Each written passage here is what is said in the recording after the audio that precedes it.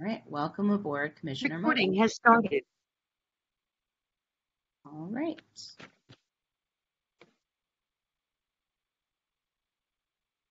Lana Negrete. Well, I definitely need to know how to say your name.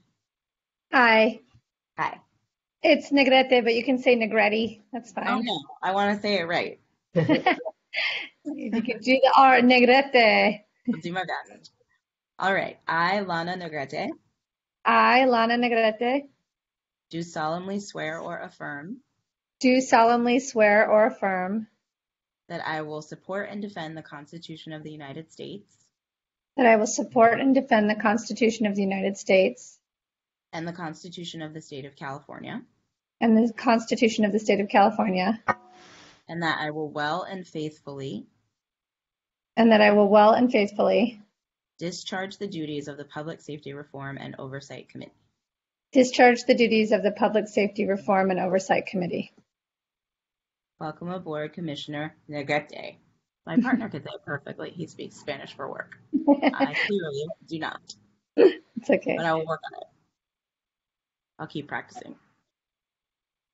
Thank Okay, Manju Raman. Hello. Hi. Hi, how are you? Good, how are you? Good, thank you. Ready? Ready. All right. I, Manju Raman. I, Manju Raman. Raman.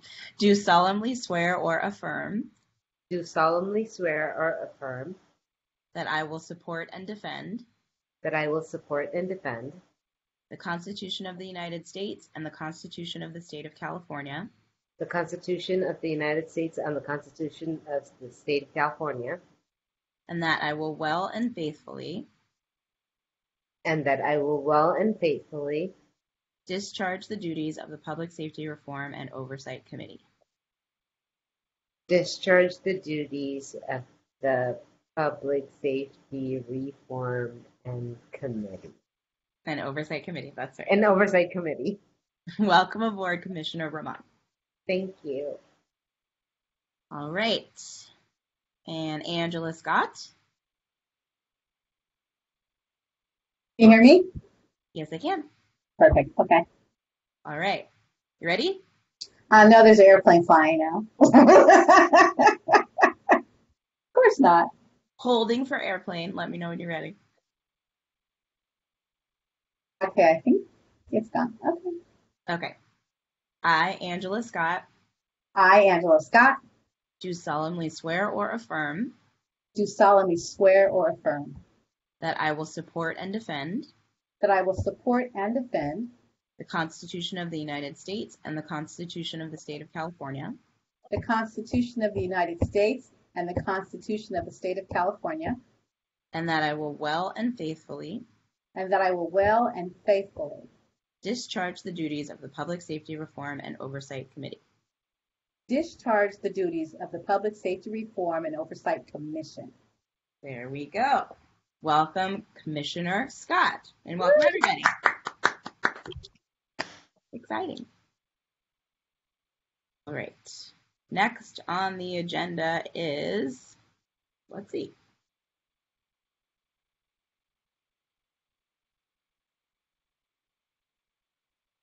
Second. Okay, the drawing of lots and the designation of commissioner terms. So for this, I will share my screen in just a minute.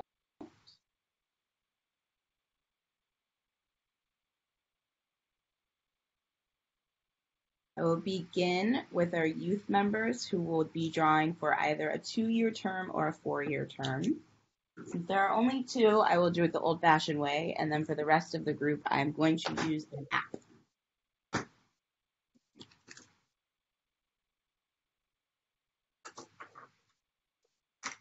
One second.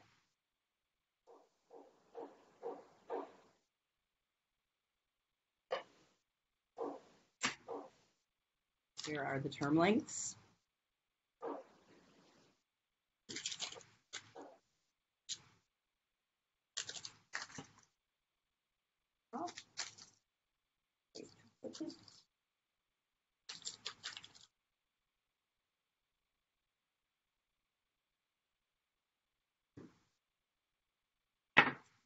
All right. I'll go in alphabetical order. This is the only, unless someone has an objection to alphabetical order. I'm not hearing any. Okay. First up, Commissioner McLaughlin Becerril. MC comes before MO. All right. Commissioner McLaughlin Becerril will serve until 2025. Commissioner Moda will serve until 2023. All right. Where's that go?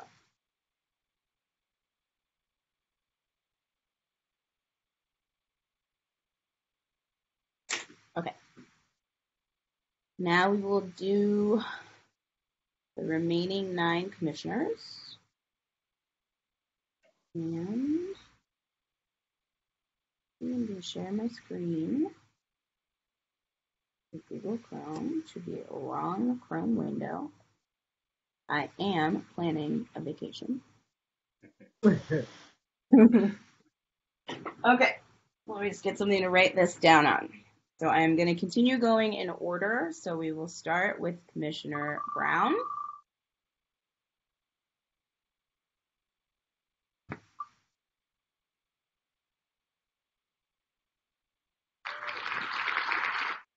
Until 2025.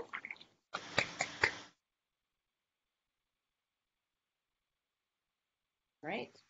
Next up. A lot of reference documents I need for today.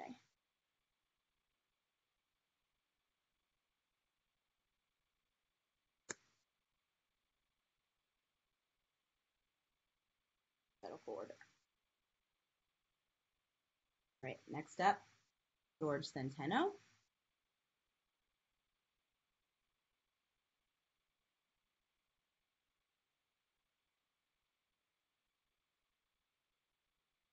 Serving till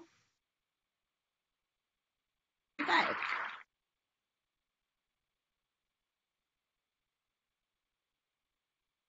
Okay.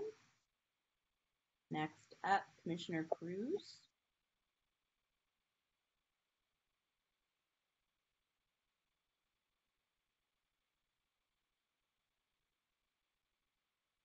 Will be with us till 2023.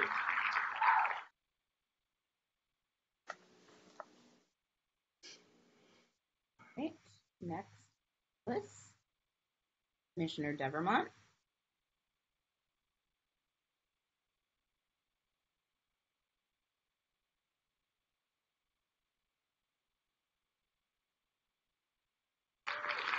(2023).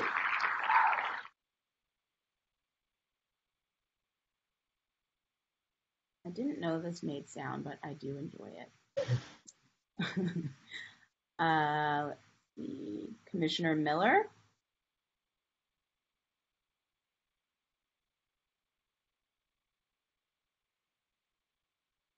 Serving to 2022.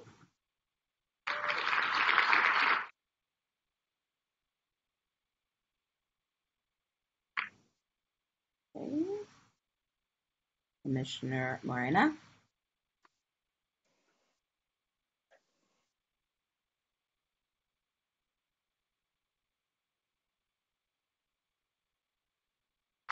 This is 2024.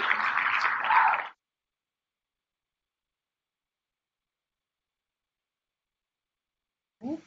Commissioner Negrete. I almost said it.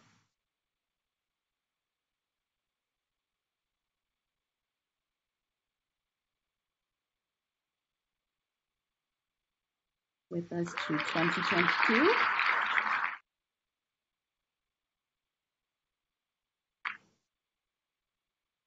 And Commissioner Rahman.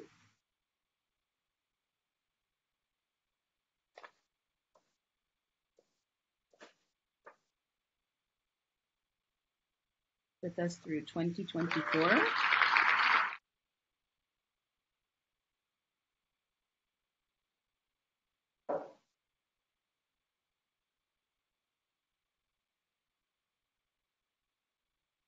And Commissioner Scott.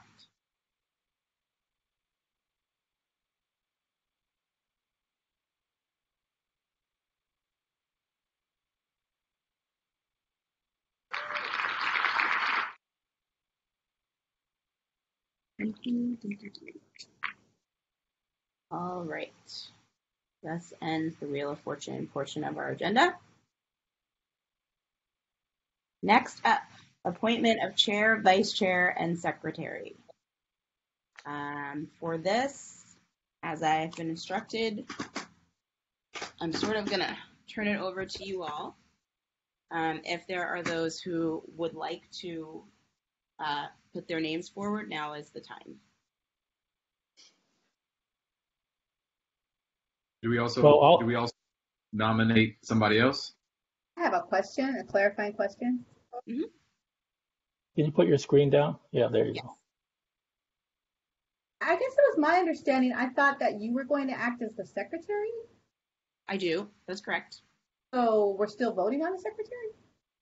You do not have to vote on secretary. You have to vote a chair and a vice chair. Okay, I thought you said secretary too. No. Okay. That was it. Okay. Yeah, you Let guys me- are stuck with me for now. This is George Centeno. Can you maybe go over a little bit of the duties, responsibilities of each chair or each position? I can, and I'm going to ask Brandon to come on camera to make sure that I don't miss anything. For many of you, this is your first commission experience, and it is mine as well. My understanding is that the chair will be in charge of coordinating the agenda and presiding over the meetings. Should the chair not be available, then the vice chair would serve in that function. Beyond that, I believe those are the main responsibilities, but I will defer to Brandon. That's correct. The chair maintains two primary functions. The first is to be the presiding officer over the advisory body. So they entertain the motions, they work on agenda management, and they obviously open and adjourn the meeting.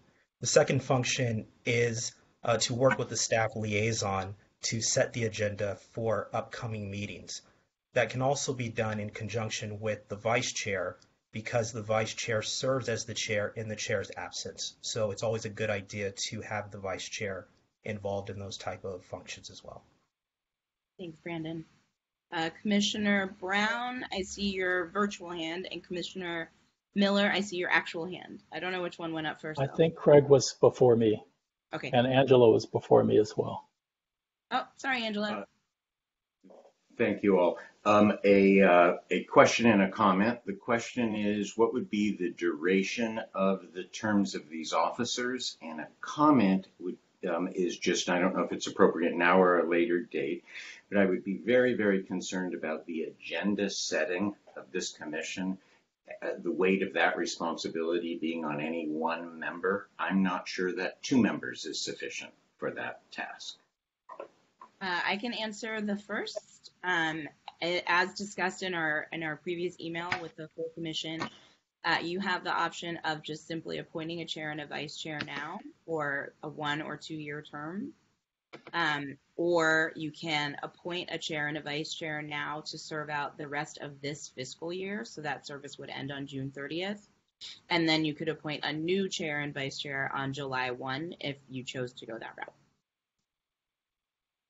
And then as for the agenda setting, it's just my understanding that is how it works. I think this commission could, I'm not going to say that. Brandon, is there anything else they could do? Well, I know that this will be a topic of conversation later in the meeting, but the agenda setting process is set forth in the bylaws.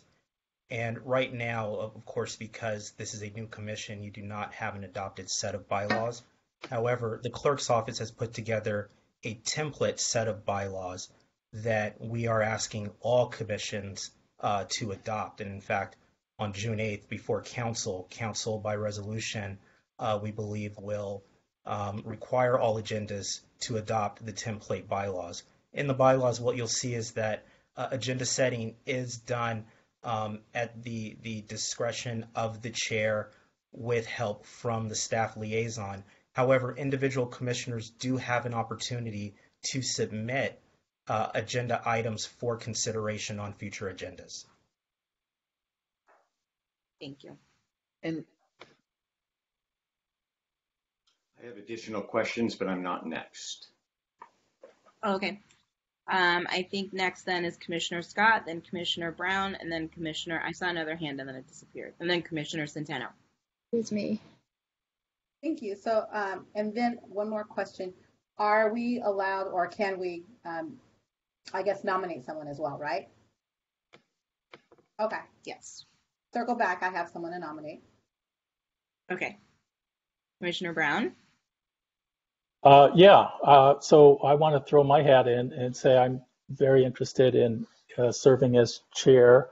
As many of you know, I was on the Public Safety Reform and Advisory Committee, and I helped draft those recommendations, and probably more importantly, I think worked collaboratively with the group to try to get as much consensus as we could. I also drafted the recommendation for the formation of this commission, including what its duties and powers would be and structure. But I think more important for the chair position is that I've been a lawyer for over 30 years, but I've served on numerous nonprofit boards and have been chair of several organizations.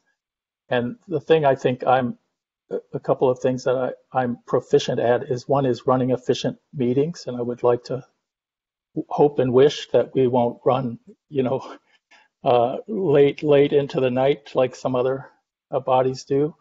And I also think I'm pretty good at trying to make sure everybody's point of view is heard, and that we don't have just one set of voices that are heard. So that's my little pitch. I'd be happy to do it. Thank you, George. Brown. Commissioner Brown. Sorry. Commissioner Centeno? it was more of I have a question, and I'll direct it to Brandon Ward since you answered the question about protocol. When an agenda item is sent to the chair for consideration, is there discussion on that item before it's decided that it goes on or does not go on the agenda? If a commissioner chooses to send an agenda item to the staff liaison, and the staff liaison then meets with the chair to discuss whether or not to place the item on the agenda, that conversation does take place between the staff liaison and the chair, and again, in most cases, the vice chair as well. That is the process set forth in the bylaws. As you'll see on your agenda tonight, however, your last item for consideration is future agenda items. There would be an opportunity at the end of each meeting, assuming that future agenda items is kept as an item on your agendas, for commissioners to offer agenda items at that point as well. Okay, so And that it. I'm sorry, Commissioner? Oh, I was going to say, so it does at some point reach the rest of the commissioners so that they know that item at least is on the table for potential discussion. Well, the items that are offered by the chair and discussed with the staff liaison will appear on the agenda. Items that commissioners send to the staff liaison are then discussed with the chair, and then a decision is made as to whether or not that item will be placed on the agenda. Okay. And there is an opportunity, I believe, at the end of each meeting for a commissioner at the public meeting to offer a future agenda item as well. But at your next meeting, my recommendation would be to bring back the bylaws for review and adoption, and you can clarify everything there. Great, thank you. I believe a vice chair can also add items to the agenda. Is that correct? I believe so too. It's the chair and the vice chair, and they coordinate together. But that's spelled out in the bylaws that you'll see at your next meeting. Thank you. Okay. there any other questions, or should we have one nomination so far, or one submission so far? Any others? Commissioner Rahman had her hand up. Here, Hi. go right ahead, Commissioner. Thank you. Good evening. I have a question to ask you, Ms. Lisa. When we do the nomination for the chair and the vice chair today, so can we take a vote on whether this can be for now instead of doing it now and then doing it again at the beginning of the fiscal year? Is that something that this board would consider? And two, I would also, if you're accepting nominations, is that okay for me to say who I would like to nominate? I believe so. I believe so on both, right, Brandon? They could decide would it be a vote to decide whether this is a short-term position or a long-term, and then she can definitely nominate a person now. That's right. So you could do it multiple ways. You could first entertain a motion as to whether or not the chair and vice chair would serve one annual term, or if it's a temporary term until as soon after July 1st, a new permanent chair for that year and vice chair for that year is then chosen. Or at the point in which each person offers a nomination, they can clarify in that nomination that they're nominating this person to serve as chair for the remainder or temporary until July 1st, or they're nominating the person to serve for an entire annual term. So, Commissioner Brown, I don't think that you placed any qualifications on your nomination, but that is the way that you can do it. Thank you. I would like to nominate Commissioner Brown for chair. Thank you. Thank you. All right. With apologies, I'm having a hard time keeping track because I'm also trying to get the public in the meeting. Commissioner Miller, whenever you have, Commissioner Miller and then Commissioner Morena, if that's fair. Okay. So a question to Mr. Ward with the City Attorney's Office, correct? Yes. Okay. You cited a recent determination that all commissions would ideally follow a certain format of officers or other procedures. Could you run that by us again? What was that determination, and what was the date of that determination? Sure. So, Commissioner Miller, I'm referencing the template bylaws that were first drafted by the Boards and Commissions Working Group, presented to the City Clerk's Office. The City Clerk's Office then made a recommendation to Council about adoption of those template bylaws so that every board and commission was operating in uniformity and as close to the bylaws that Council has adopted for itself. So that went before Council about a month ago for direction. It will return to Council on June 8th for approval and adoption. So my anticipation is that by the time this time this commission meets again, we will have template bylaws that have been approved by Council.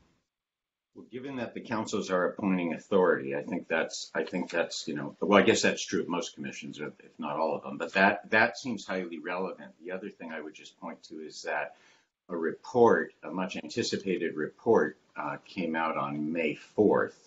It doesn't sound like any of those policies, procedures, what have you, were necessarily with this commission in mind, or maybe more to the point, with any out of the ordinary or, say, emergency nature of subject matter that this commission is being called upon to deal with. So I'm wondering if we might be best to get further reflection on or direction on that from our appointing authority, or specifically ask them, given this report and the date of this report, does that have implications on how we ought to operate? Obviously, I suspect it should. If I can just weigh in briefly, the report and the commission's response to the report was given a timeline by council. So the police department is to come back to council in 60 days with their response to the recommendations that were in that report. And then this commission was given an additional 60 days to review the report, the police department's responses to the recommendations, and come back to council. You can, and I know there's interest in coming back in less than 120 days, and that there's nothing stopping anyone from doing that. But there was a permission given for the Santa Monica Police Department to have 60 days to formulate their responses and updates to whatever they've already changed to the recommendations, just for context for the rest of the group. I appreciate that, and I think that's an important point. I'm on a somewhat different point, though, not so much related to work plan or target dates of work plan. I'm just back on the issue of structure of this commission, officers, what's going to best serve what this commission is actually charged with, and given the out of the ordinary nature of what this commission is charged with, might that speak to an out of the ordinary officer structure? Or possibly other structures. There was a question put forth by Commissioner Morena regarding subcommittees as part of the commission who could also, so that's not a different leadership structure necessarily, but it does allow for additional sort of point people on given topics. I don't know if that solves for what you're looking for. Greatly. Lastly, I would just like to second the nomination of George Brown to be chair, and I would further add that it be until the commencement of the next fiscal year. Just by way of brief explanation, if this is to be a beauty contest selection, I would vote for George Brown. If it's to be a substance selection, I would probably still vote for George Brown. But I think that as a commissioner, I and perhaps others would benefit from actually more experience of the commission and more experience of George Brown's leadership. Thank you. And I'm tracking raised hands in the chat. So next, I believe, is Commissioner Morena. I nominate George Centeno for vice chair. Commissioner Scott, I had you as next. Yes, I nominate Derek Devermont as vice chair.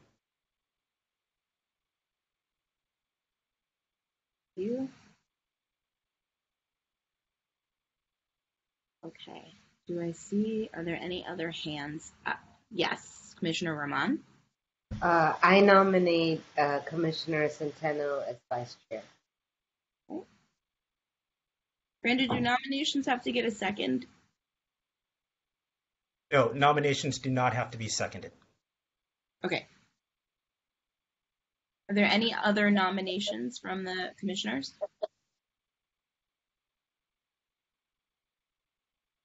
All right, I'm hearing none. So it appears the first thing to do is to vote on the length of this position. If the group would like to vote on whether this nomination and appointment will expire July 1, or whether this is a permanent nomination and appointment. Commissioner Miller? Can I speak on that? I apologize. I pass. I apologize. Can I speak on that, Lisa? Yes. Just to make it more efficient, I think Craig's suggestion of having it just be temporary to July 1 is fair to all the commissioners, especially because a few people know me, but you never can believe the hype. So if we just want to make it one vote, since it seems like I'm the only person nominated, we could be more efficient. So the term would be until the beginning of the new fiscal year. And if that requires a second, I second that. Okay. Commissioner Brown, if you allow me, could the term be until your next meeting as soon after July 1st? Yeah. Okay. That's right. The first meeting after the beginning of the fiscal year. Thank you. All right. So I don't hear any objections. I suppose I should have everyone answer in the affirmative. Or No, don't have to? unfortunately, because this is a teleconference meeting under the Brown Act, we have to have a roll call vote on each vote. Voice votes Okay. are not allowed for teleconference meetings. Thank you. Why Brandon is here. Keep me out of jail. All right.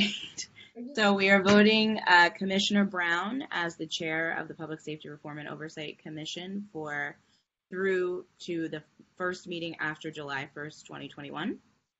Commissioner Miller, Aye. Commissioner Devermont, Yes. Commissioner Centeno, Yes. Commissioner Morena, Yes. Commissioner Cruz,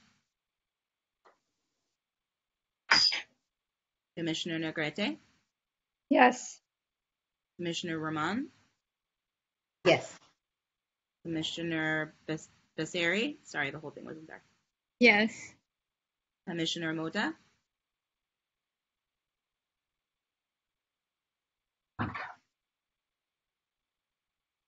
Yes. got you, and Commissioner Scott. Yes. All right. Congratulations, Commissioner Brown. You are the chair of the Public Safety Reform and Oversight. Thank you, everyone. I'm honored and hope to do a good job, and maybe you'll reelect me in a month and a half if I do okay. Lisa, would you like me to try to take over? Yes, at I this would. point? Okay. Yes. I'm going to need your help with identifying raised hands. Okay. But I think what's up next is figuring out the vice chair, and we have 2 people nominated. Might I suggest that we have a little bit of discussion, including allowing the 2 people who are nominated to say a few words? I'm seeing a lot of nods, so can we since Commissioner Centeno, am I pronouncing that correctly? Yes. Centeno. Since you were nominated first in order, do you want to say a few words? Okay. Just a little bit about myself. I grew up here in the city of Santa Monica, probably since I was about 12 years old. So I know the city very well. Attended St. Monica's High School, SMC, and then graduated from Northridge.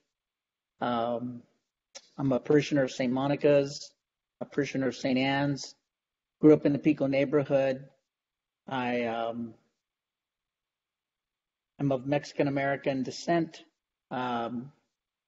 Ended 4 years in the military, 30 plus years in law enforcement. Probably served in every capacity in law enforcement, from administration to undercover to narcotics, vice, to the SWAT team. Also, I understand the administrative challenges of law enforcement, so I can provide a lot of input and insight on that outside from the police department. And then ultimately retired from Santa Monica PD and worked with LAX Airport, much bigger agency, much more complex agency, as the chief of police there for 5 years before retiring. Thank you. Commissioner Devermont, you want to say a few words? Sure. I just like to say that from what I've heard about Commissioner Centeno, he sounds like a great choice as well. But if you wish to consider me, I am an attorney. I practice in the field of criminal defense and disability advocacy. Before this, I sat on the Social Services Commission. I sit on the board of the Santa Monica Bar Association. I sit on the board of the Abraham Pishivar Pro Bono Clinic at the Los Angeles Mission, where we help homeless people clear the legal obstacles they have to get off the street. I'm on the board of the Santa Monica Democratic Club. I sit on the California Democratic Party Rules Committee. I'm a delegate there, and I sit on the Rules Committee, where we adjudicate conflicts within the rules between different delegates and the officers. I'm one of California's 20 elected members to the Democratic National Committee. What else? for a while, I owned a mixed martial arts gym where we would let kids without resources train and for free in an effort to keep them on the right path and away from the influences that that push them in the wrong directions. And I'm very, in my practice, I've had a lot of interaction with Santa Monica PD, both good and bad. And I've represented both police officers in cases as well as more traditional defendants.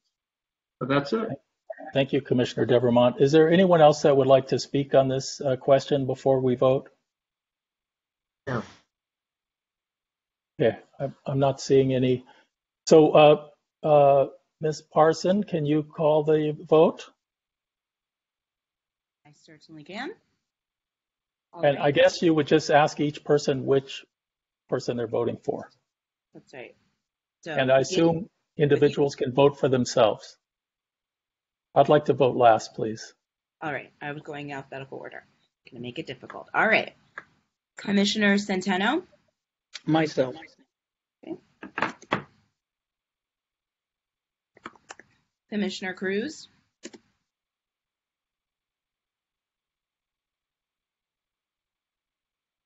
Microphone. Devermont. That was Devermont? Yes. Okay. Commissioner Devermont? In the spirit of Commissioner Centeno, I will vote for myself as well. Commissioner McLaughlin-Passeri? Centeno. You. Commissioner Miller? Devermont? Commissioner Morena? Centeno. Commissioner Mota?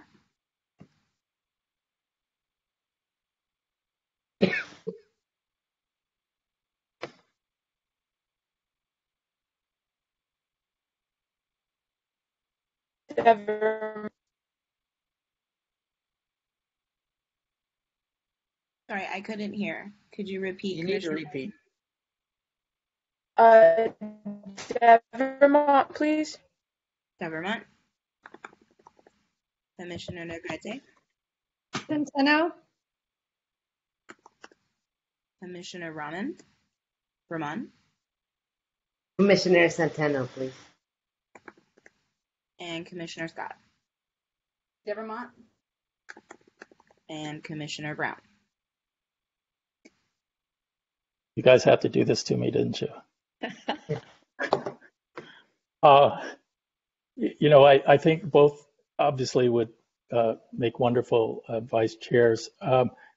In the interest of maybe balance, I'm going to go with Commissioner Centeno. Congratulations, Vice Chair Centeno. I would like to change my vote to Commissioner Centeno. Who was that? Oh, Derek, good job.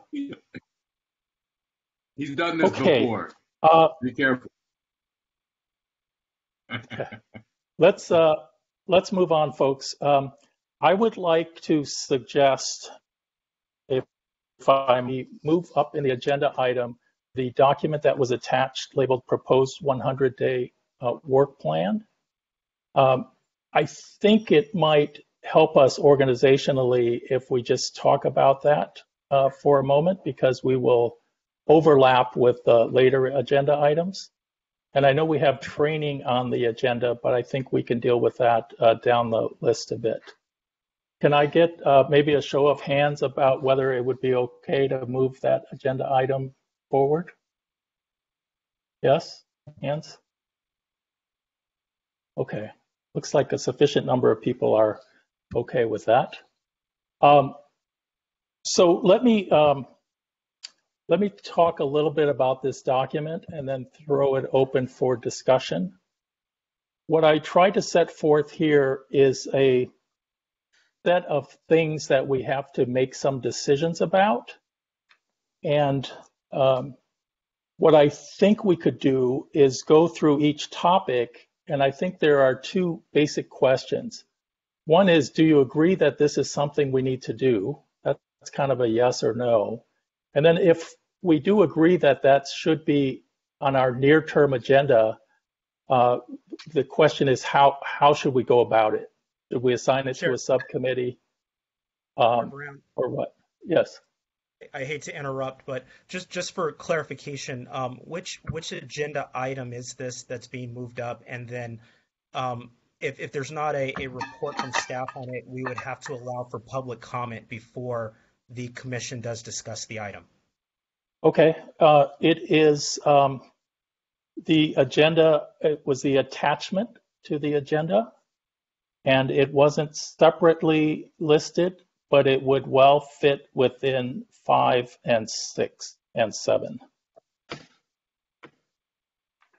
So we could call it the beginning of 5, if you like. Is that okay, Mr. Ward? Yes, it is. Okay, and can we take public comment? Do we have some people waiting? Commissioner McLaughlin-Masseri also raised her hand. Okay, yes, Commissioner. Hi, sorry, I'm looking through the emails right now and I'm having problems finding the document. Is there any way that you can like share your screen so I could see the document or like resend it? Yes, Sorry. can you? Sorry, I'll send you the direct link. Okay, thank you. Okay. And there are 2 members of the public on with us today. I don't know if they have comment. Okay, do you want to, can we check and see if any members of the public have comments? How do we do that? They are on, so I am waiting for one or the other to unmute themselves or raise their hands. Okay. I don't see anything though. No comment. Thank you. Okay. Ms. Wittig, I see you're on. There, no comment? You're on mute. Okay, we'll assume that she's no comment on this particular item.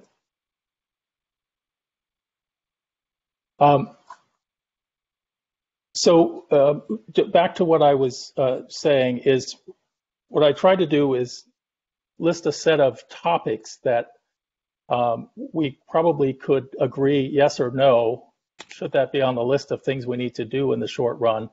And then if yes, what are your ideas on how we should go about it? It could be that it's something that the chair could do, or not the chair, but the some of the stuff is ministerial.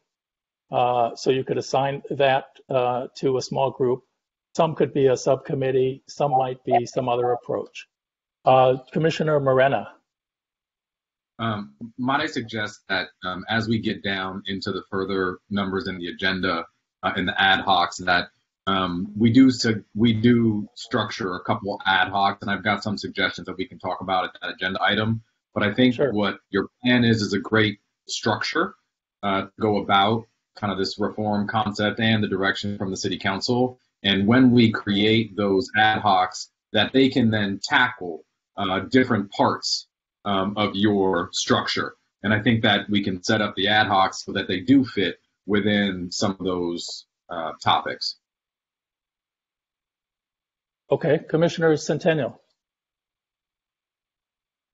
I like the report or the draft. My only concern is if we get bogged down with this plan and not focus on the OIR report, which I think Council has directed us to come back with a response on, that we lose sight of what we really need to do. And I think there's a lot of other things we need to get on the table, hearing from the Chief of Police and seeing, because they probably have tackled and at least addressed some of these 44 recommendations from that plan that would really consolidate a lot of our workload, and it could be then incorporated in that 100-day draft. Thank you. I think that's a really important issue you've raised. I have some slightly different views, but I'll save that for later. Any other initial comments here? Commissioner Miller. This may be consistent with the ad hoc committee notion, in which case that might be just fine. But I think that having had the benefit of reading this 122-page report, I think that there are certain matters that rise to the level of urgent. And they mostly have to do with things that occurred in the past, but that our residents could easily be subject to in the future if this commission or another appropriate body didn't address pretty quickly. So I want to note that now. I'm not necessarily suggesting a path other than ad hoc, but I do want to say at some point, I think we need to come back and maybe the commissioners need to maybe speak to if they're seeing about 4 or 5 items that I'm seeing that seem like they need to operate on a seriously fast track. Okay. Commissioner Negrete, was that a hand I saw or? Okay. Commissioner Scott. Yes, just to kind of even piggyback on what Commissioner Miller just said, having also read this 100 workday report, there are items in here that are highlighted that we definitely need to have in our possession as we move forward to address the things that are within the OIR report, and I mean, just such as, your first thing here is to have the established ordinance, which we all need to make sure that we have, along with the SMPD key policies. Like, these are the things that we need to have in our possession as we take a deep dive into OIR as part of our whole research, and the things that we need. So I think there's some things in here from this 100 workday report that we need to have as we move forward with the OIR report. Okay. I'd like to just organizationally, maybe we can split it up this way. I think the first 6 items are mostly organizational and maybe could be assigned to a organization task force, or if you wish, you could assign it to the chair and vice chair and secretary to work out the details. And let me just read the headlines just to remind you what they are. So the first one is develop organization rules materials for all commissioners. The next was status update from the interim chief, and that's basically arranging for that to happen. The next is identify key metrics and data, and that's basically identifying what should we get regularly. The next was input on recruitment of the chief and input on selection of inspector general, and those I think are basically scheduling items. What would you all think about assigning the development of those 6 items to a small group, either just the chair, vice chair, and secretary, or even if anyone else wants to be involved in that? Any thoughts on that? Commissioner Miller. Well, I think it's an appropriate role, prerogative, and punishment for the officer. Yeah. And delightful if our officers would take those items on. Yes, Commissioner Devermont. Did you have your hand up, Commissioner Devermont? Well, I think a few of these You're on mute. probably. Yeah. Can you hear me? Okay. Yes. I think a few of these should probably. I mean, a few of them are pretty easy and simple, but I would say a few of these should probably go to a subcommittee of some sort. But you said only the first 6, just the first 6 items.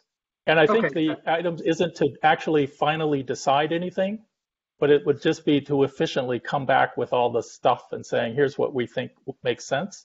And then you all would vote to accept it or modify it. I had actually miscounted. So I was looking at number 7 and thinking that should go to a subcommittee. I apologize. Okay. So can we get a motion on assigning the first 6 items on the proposed 100-day work plan to the chair and vice chair and secretary to work out proposed details and bring back to the commission for approval? So moved. Motion following your suggestion. Second. I heard Commissioner Negrete move, and who was the second? I'll second it. Okay, Commissioner Morena seconded. It's been moved and seconded. Um,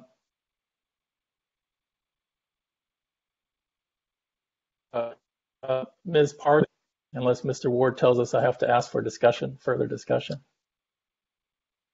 There's a motion, there's a second, unless there's And a further second. debate, and a second, you can move to a roll call vote.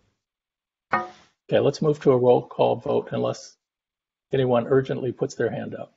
Seeing none, Ms. Parson, could you please take the roll? Yes. Chair Brown, Yes. Vice Chair Centeno, Yes. Commissioner Cruz,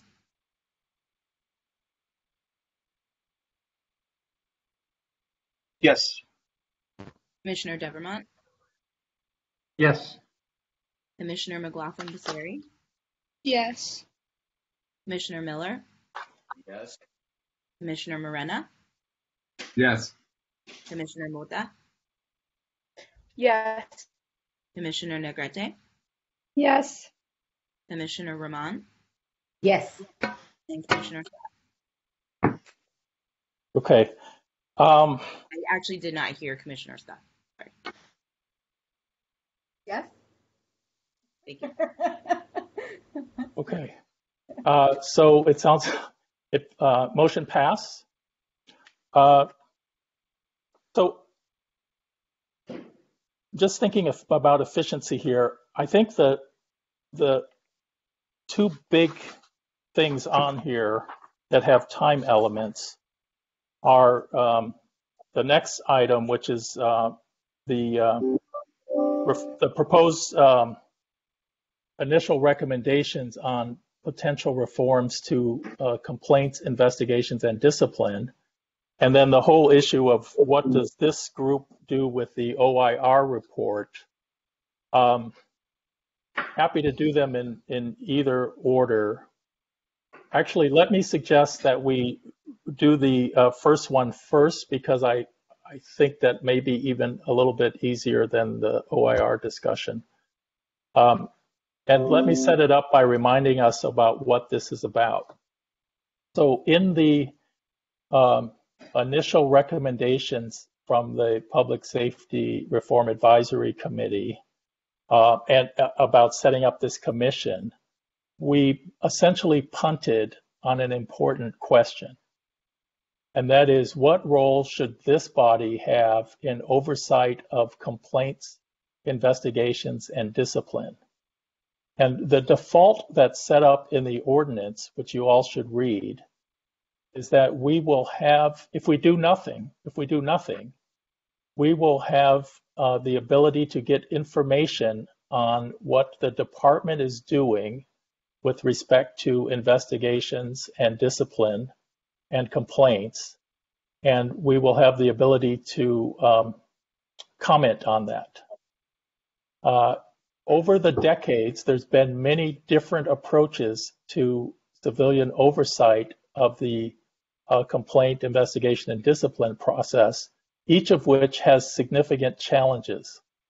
And so what the ordinance asks is that this body consider what additional reforms, if any, should be made to that set of questions, and to come back to the council within X amount of days after our first meeting with an initial set of recommendations. So implicit here is perhaps we set up an ad hoc committee to dig into the question. And so let me just, having set that up, let me just open it up for discussion about how you think we should handle this topic. And Chair Brown, before you open it up for discussion, I just want to clarify, this seems to fall under agenda item 6 with discussion on the OIR report. And if that's the case, this actually is 5. It's remember still at 5? the outset, yeah, well, 5 is OIR report, I think, is 6. So this is 5. 5. Okay, thank you. Okay. Had two pieces of contextual information, and then I do see a member of the public would like to comment. Okay. The two pieces that I wanted to share were that this agenda item has a timeline of 150 days maximum, just to make sure that everyone is aware that that is what's written into the ordinance that established the commission. The second is that this commission will also be staffed by an inspector general. And the offer to that inspector general is expected to be made by the end of this week. And that person will be the person who can access all of the data and records that you are seeking for review. So just wanted to make sure everyone had that contextual information as you start to make your plans. Okay, and Mr. Ward, do we take the public comments first, or do we have our discussion first? If you are still on agenda item 5, then you already opened it up to public comment. It is your discretion, however, to reopen public comment and give the member of the public a chance to comment, and then close public comment, and then proceed with your discussion. Okay, let's reopen public comment if there are people who want to speak on this specific topic. Looks like Ms. Wittig has unmuted. Please go ahead. Good evening, everybody. Yes, it's my understanding that the Personnel Commission has a role to play in commenting on the discipline of officers. And specifically, if the chief decides to discipline an officer, the officer can appeal to the Personnel Commission for relief from that. However, the Personnel Commission's decision is only advisory. The process is very asymmetric because if the chief decides not to discipline an officer, let's say after a complaint has been made, then the Personnel Commission has no role whatsoever. So in the first case, the role is merely advisory and the chief has the final decision. And in the second case, the Personnel Commission has no role whatsoever.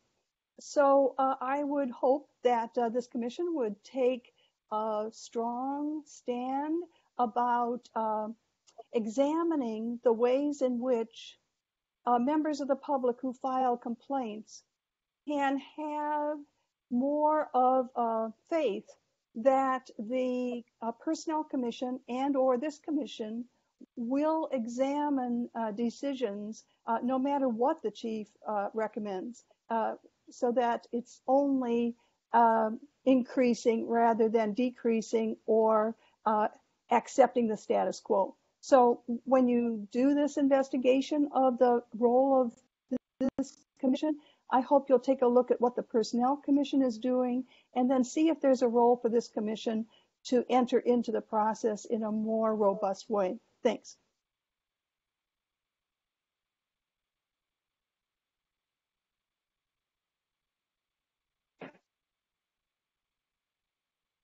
Any discussion, thoughts? Commissioners, what do you think we should do in this area?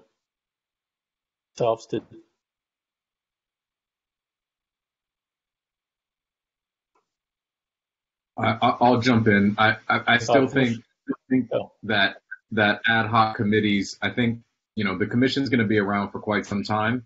And it makes sense to create committees around certain processes, right? So not be so narrow in scope. But for example, this is specifically for handling complaints regarding SMPD conduct.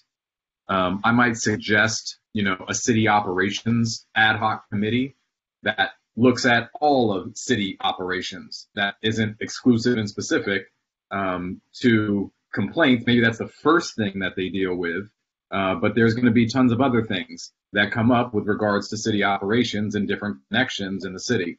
And if this body is going to have some influence or advice, it makes sense to put this first on the agenda, but then to consider other ways in which to make operations more efficient within the city. Other comments? Commissioner Devermont. I kind of disagree with Commissioner Morena. I think keeping the scope of this particular commission narrow would probably be a good thing. not number one, it would create some degree of specialization, which is always good. Number two, in cases where there is a large, voluminous amount of information that has to be digested, as is true with certain complaints, for instance, those that might have arisen out of the OIR report, it would probably be pretty good to keep it very focused. But I do agree that a subcommittee is really the most efficient way to handle this particular topic.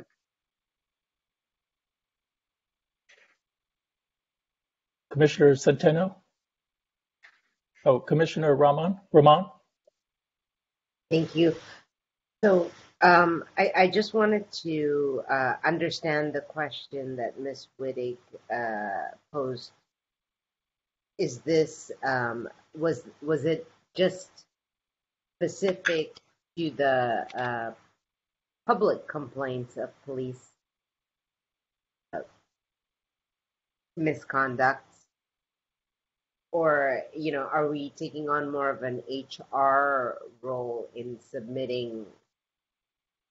Well, I think, process, or how does? I think, yes, good question. My understanding is she was pointing out a conundrum that currently exists with the process that reaches the Personnel Commission or not. And I think it's something that this ad hoc committee would want to understand. I also wanted to suggest that this committee, I think our task as the committees should be to work to gather information and digest it and get it organized so that it can come back to the full body for a more coherent discussion, and not to finally decide anything, and to be able to get public input on things in an organized fashion. So that's I think what this committee should do, and probably some of the others as well. What I might suggest is that we have a motion that suggests that we form an ad hoc committee, but maybe not pick the members until we get to the end, because there's going to be a handful of committees, and who's on what may depend on what committees we have and how we want to do that. Okay, is there a second? Second. Okay, it's been moved and seconded that we form an ad hoc committee to address reforms and oversight of investigations and discipline as outlined in the proposed 100-day work plan. Ms. Parson, could you please call the roll vote after we hear from Commissioner Miller? I'm sorry, I wasn't smart enough to master all of that. So I want to make sure I'm understanding what we're voting on. We're voting to create an ad hoc committee to address the question listed under reform and oversight of investigations and discipline. Okay. On page 2 of the proposed 100-day work plan. Very good. We're doing this, we're looking at this from a policy standpoint, not from a standpoint of getting into the business of individual review of police officer generated complaints. Let me say two things about that. One is that it's wide open for this commission to think about all the issues and come up with a proposal, whether it's a crazy proposal or a sound proposal or a proposal to do nothing. It's within the scope of this committee to have that discussion. And also, in the ordinance, it says it's an initial set of recommendations. And so if we decide to look at it again down the road, we're welcome to do that. Thank you. So, discussion? Any other discussion? Open? Yes. Commissioner Centeno. Before we vote on this, should we get a little bit of insight and regulations on how public complaints are investigated, and what limitations there are in terms of how there is a finding, whether it's a sustained complaint, a not sustained complaint, or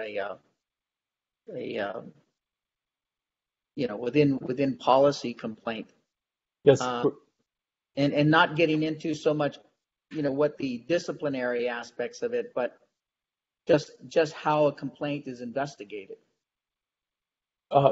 Yes, and I think that is what the subcommittee would need a briefing from the department and from the city attorney on how things currently work, in addition to getting input from some experts about what the possible alternatives are. And so the real question really right now is whether we do that as a commission as a whole, or whether we have an ad hoc committee try to focus on it separately and then bring it back to the commission once the information is more organized and focused. Did that answer your question, Commissioner? I think so, yes. Any other questions before we vote? Commissioner Negrete. I just have a question. Are these ad hoc committees going to be meeting separately via virtual Zoom and whatnot, and then bringing back, or are they just, I mean, how is that working with, everyone's supposed to be communicating, I guess, cohesively? That's a good question that I think we're going to need Mr. Ward and Ms. Parson to weigh in on, because we don't yet know the size of the committee. And Mr. Ward, can you tell us what the rules are for a committee meeting if it's more than a majority of members on the committee versus whether it's less than a majority of members on the committee? Sure. Well, there are two types of subcommittees that this commission could form. They could form a standing committee, or they could form an ad hoc committee.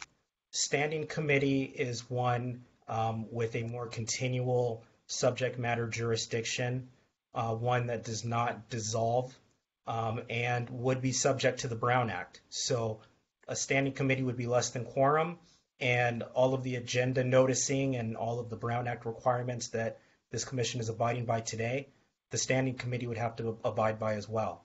An ad hoc committee is less formal. It's still less than a quorum, and it would not be a body that would have to abide by the Brown Act, notice its meetings accordingly.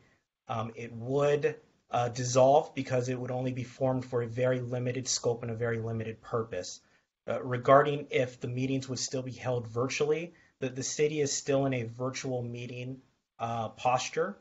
So all meetings of whether it's a board or commission, a standing committee, or an ad hoc committee would be meeting virtually. Okay, thank you. Commissioner Negrete, did that help? You're on mute. Okay, and Commissioner Scott had her hand up, and then Commissioner Morena. Yeah, so I just have a clarifying question that regarding the whole ad hoc. So the vote right now, to my understanding, is we're just voting for yes, we want ad hoc committees, right? We don't have a set number, but yes, this is what we'd like to do. This one committee for this one thing. Right now, we're voting just for one ad hoc committee for this one topic. Thank you. Commissioner Scott. Okay, Commissioner Morena. I see that it's the SMPD conduct, but I think our job is public safety at all, right?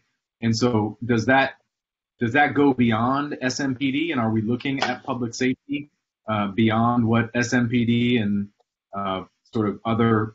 Hence my suggestion of a city operations ad hoc committee, because this seems somewhat narrow. I see. The intent of the ordinance, as I understood it, was to address the traditional process of complaints filed against the police department. I think you raise an interesting question, and I don't know what to do about that, but I think it is an interesting question. I can see where you were coming from on that, but it is not written to ask this commission to deal with what should we do about complaints to other departments in the city. it's focused on complaints for violations of police department policy and conduct. I asked that question. I mean, I was in the room and dealing with the Eric Euler case, and all that wasn't necessarily SMPD, right? Or it was at times and it wasn't at others. And so, from the public's perception of SMPD and public safety, that was obviously an issue. The city paid a lot of money, publicly reported as such. And so then how does that fold into this concept? And, our job is public safety oversight, not, narrowly. I'll quickly specific. respond to that and then go to Commissioner Roman. Commissioner Moreno, I think that your point is well within what that ad hoc committee could consider. I don't think we have to change the wording. I think, to the extent there's spillover, then perhaps the ad hoc committee will end up looking at it, especially if you suggest it to them. So I think we have a lot of room, a lot of flexibility. So then can I make a substitute motion in moving this item to include SMPD and other public safety agency conducts? I think we have to ask the maker if that's a okay, friendly amendment. Who was the maker of the motion? It was. I think it was me. Okay. Do you accept that proposed friendly amendment? From Greg Moreno? Yes. I mean, look at That's the Commissioner buzz. Moreno. Commissioner Moreno. I mean, but look at the buzz coming. Yes, it'll be a friendly amendment. Okay. And who was the seconder on that?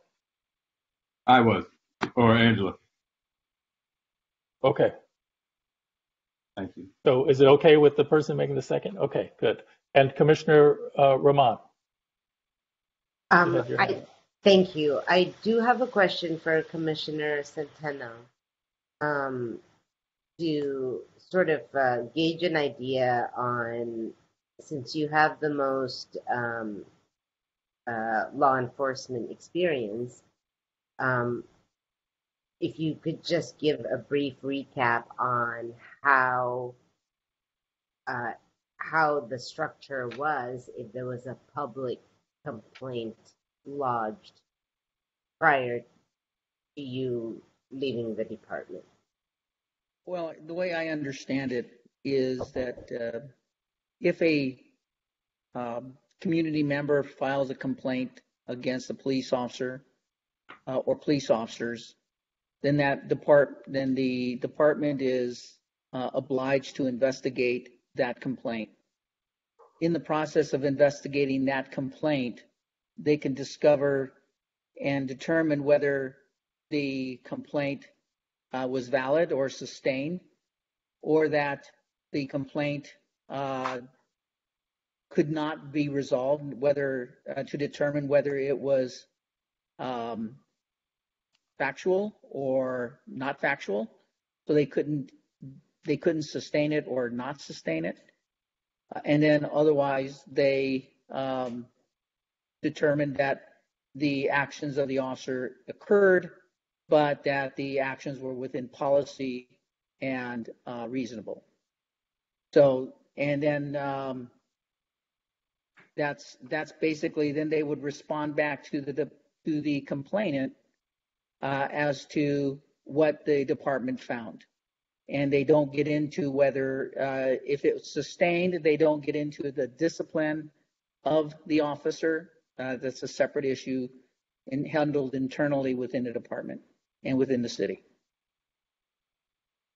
I just want to make sure that so I'm more of a public sector, so, my experiences of a public sector in my job. So there's so many California stringent employment laws that I have to kind of abide by when I'm running, the hotel. And so I just would my question to, I guess, both Chair Brown and Commissioner Centeno is that, that we do not, that we refrain from, or would it be best in our best interest not to dabble with the stringent California employment laws, or is this not even part of the police? Yes. Yeah, go ahead, George. Thank you. I think that all those questions are on the table, Commissioner Roman. And so one choice at the end of the process is to decide not to change anything. Another possibility is to change some aspects of it. Just for example, if it turns out there's a lack of transparency about how complaints are filed or what happens to them, maybe we improve that aspect. But I think there's a fair number of important questions for this commission to consider on this topic, and the job of the ad hoc committee would be to get that information organized so we could have an informed, coherent, and public discussion about the issues. Thank you. Okay, I'm going to call for a roll if there are no further questions. Ms. Parson? I did also want to just provide the information that both the ad hoc committee and this commission can request a presentation from the Santa Monica Police Department regarding the disciplinary procedures, et cetera. So you don't have to figure this out on your own. You do have the ability to convene them to come and talk to you. Yeah, we're going to need them on a lot of things. Okay, you're going to call they are waiting. Okay, we're voting on the motion to form the ad hoc committee to address reform and oversight of investigations and discipline as modified by the friendly amendment. Right. Can you repeat the friendly amendment just so I make sure it's correct in the notes? Yes, in the first sentence, there's a reference to SMPD policies, and it's been changed to SMPD and public safety policies. Thank you. Okay. Commissioner Brown? Yes. Commissioner Centeno? Yes. Commissioner Cruz? Yes. Commissioner Devermoff? Yes. Commissioner McLaughlin-Passeri? Yes. Commissioner Miller? Yes. Commissioner Morena? Yes. Commissioner Mota? Yes. Commissioner Negrete? Yes. Commissioner Roman? Yes. And Commissioner Scott?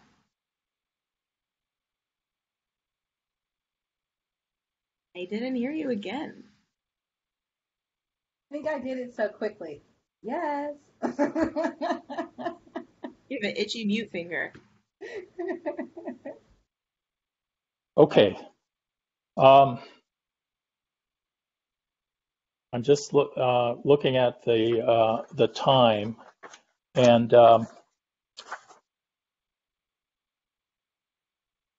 I would let's if you all don't mind, let's move to the important item of the OIR report and how we want to organize ourselves to address the OIR report. And we're now merging into agenda item 6, Mr. Ward. So if you have any procedural advice for me on that, let me know. Do we talk first or get public input first? So my advice is when you move on to a new agenda item, the staff liaison calls the item, reads the title, and unless there's a staff report, then you would ask for public comment and then close public comment and proceed to discussion and possible action. So the first step would be for Ms. Parson to read the item. Okay, so let me kind of restate what I'm doing, which is a little bit complicated. we are working through the proposed 100-day work plan, but we're skipping to the part of the work plan that addresses agenda item 6. So we're going to merge this with agenda item 6 at this point, which is a discussion of possible action, including appointment of any ad hoc committee regarding developing a plan, including oversight by this commission for prioritization, independent evaluation, and public reporting on the status of the police department's implementation of the recommendations contained in the OIR report received by council on May 11th, 2021. Brandon, do I have to repeat that? I think I did your job for you. You did. Ms. Parson. I'm checking to make sure that's allowed. Do we have, do we go to public comment on that before we have discussion? Because I'm sure the commissioners have a fair amount to say. Okay, let's take public comment on that question.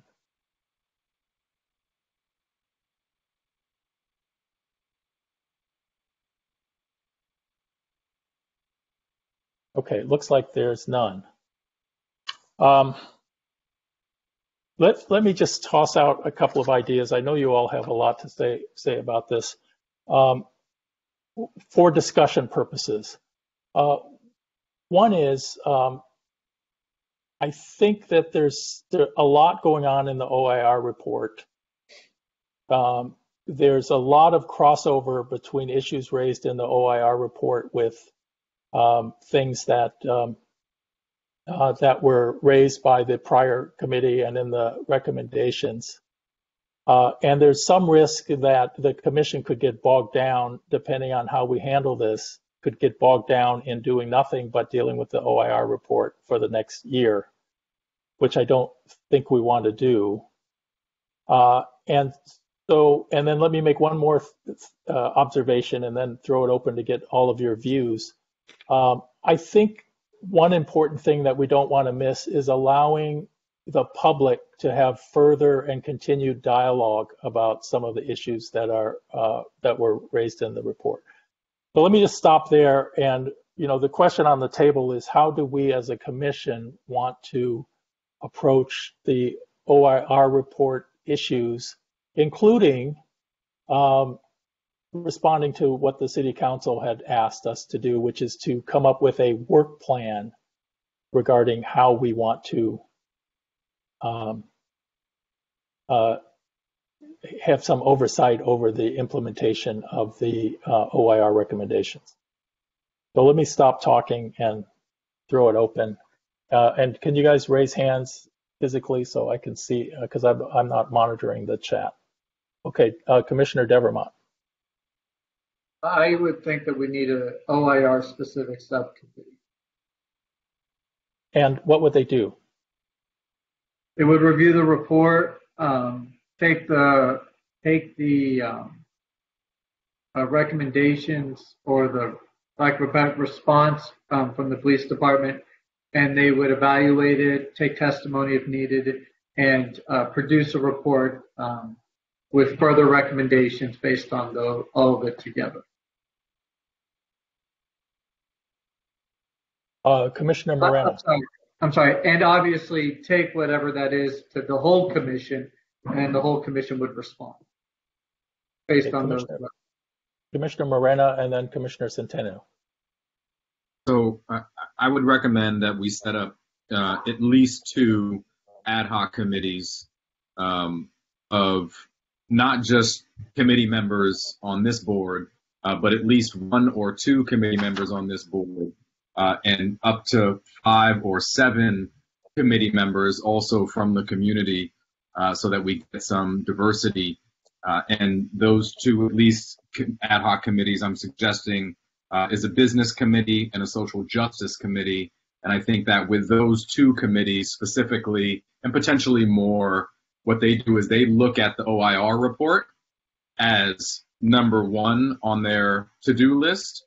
And as they're looking through the OIR report, they're looking at it through the lens of business and or social justice. But that gives us some diversity in those outside ad hoc committees. The recommendations that those ad hoc committees form then get written.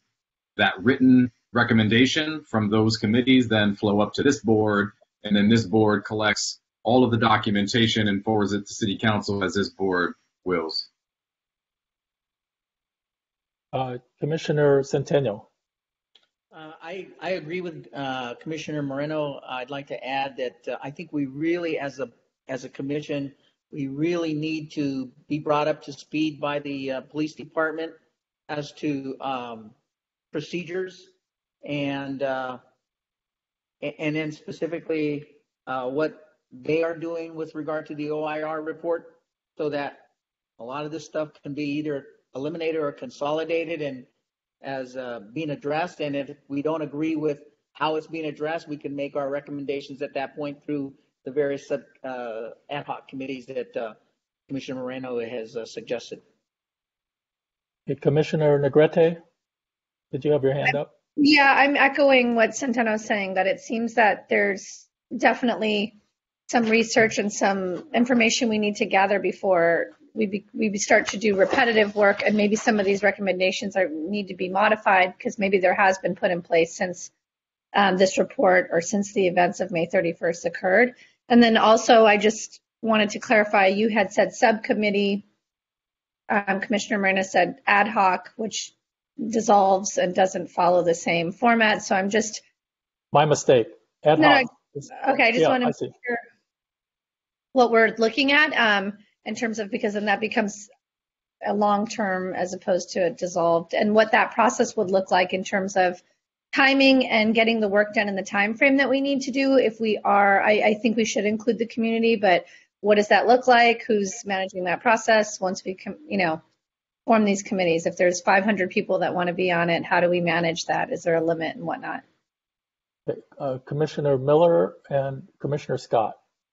Yeah, thank you. I think I maybe need to say something unpopular.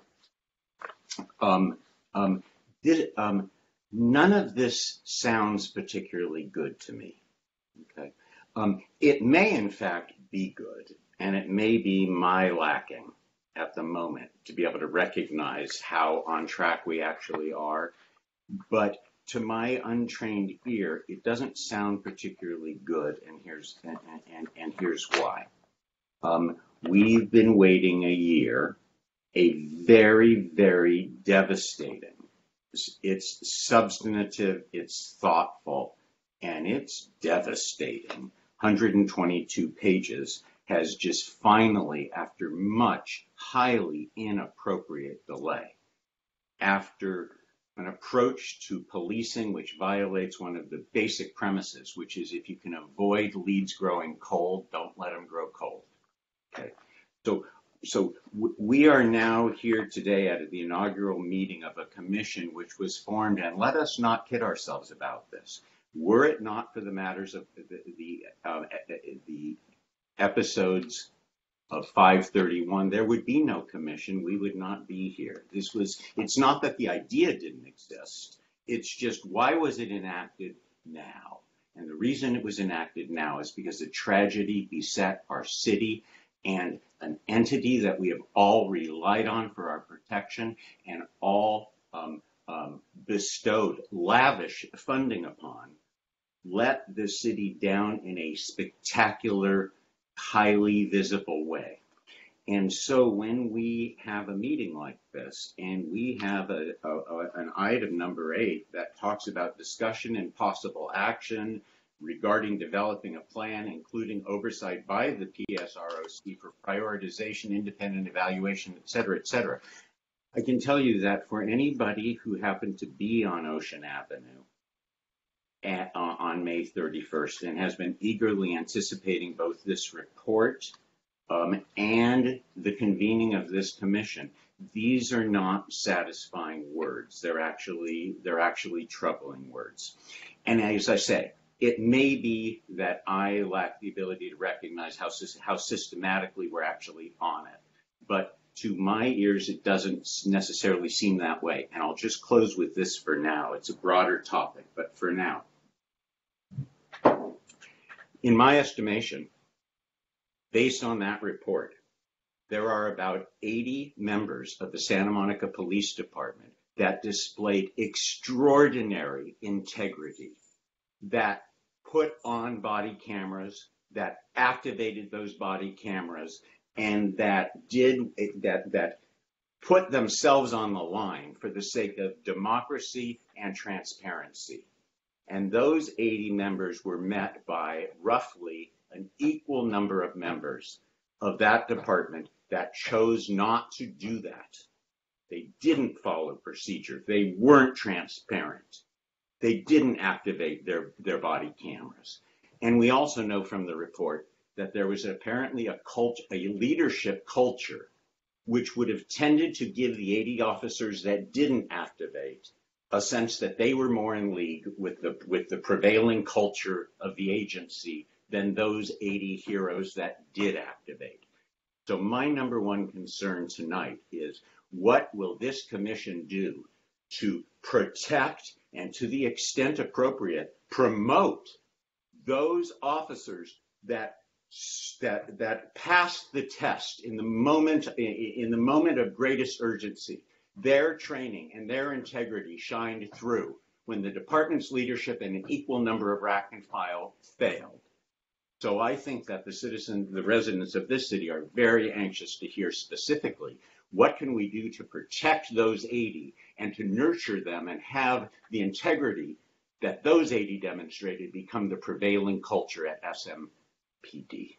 Thank you, Commissioner Miller. I'll have some thoughts on that later, but I think we're going to go with Commissioner Scott and Commissioner Devermont.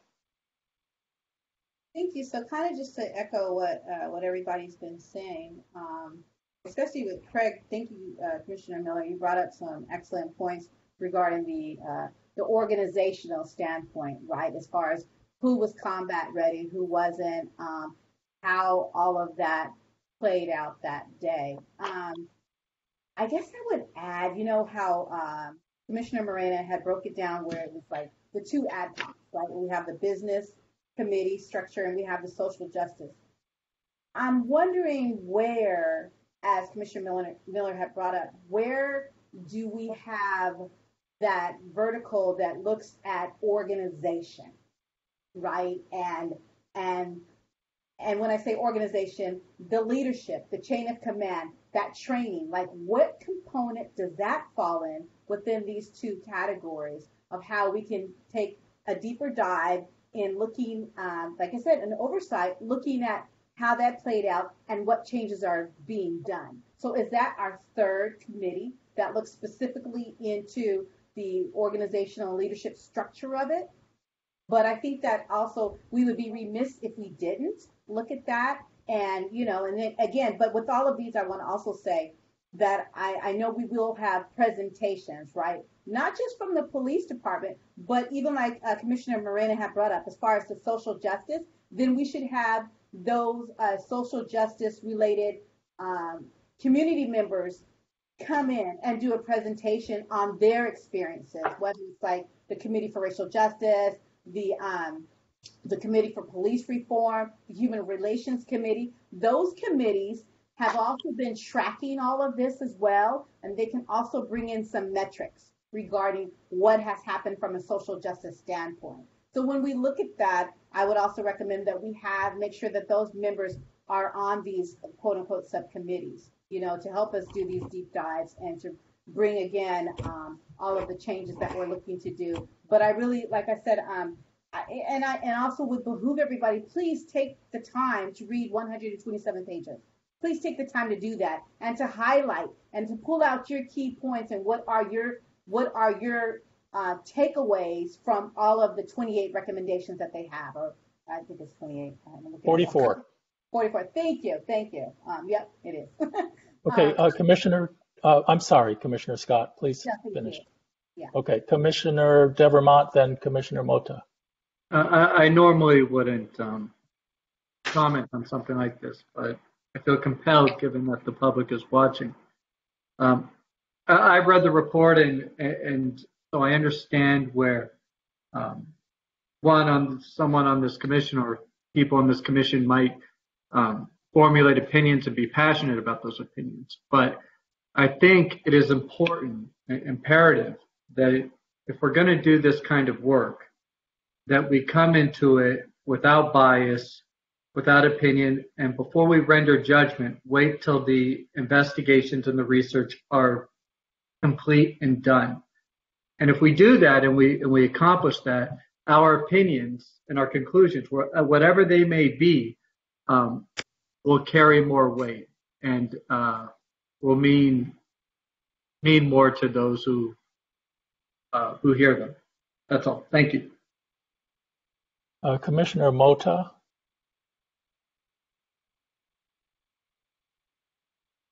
you're on mute. Microphone. Yeah. I kind of just wanted to ask what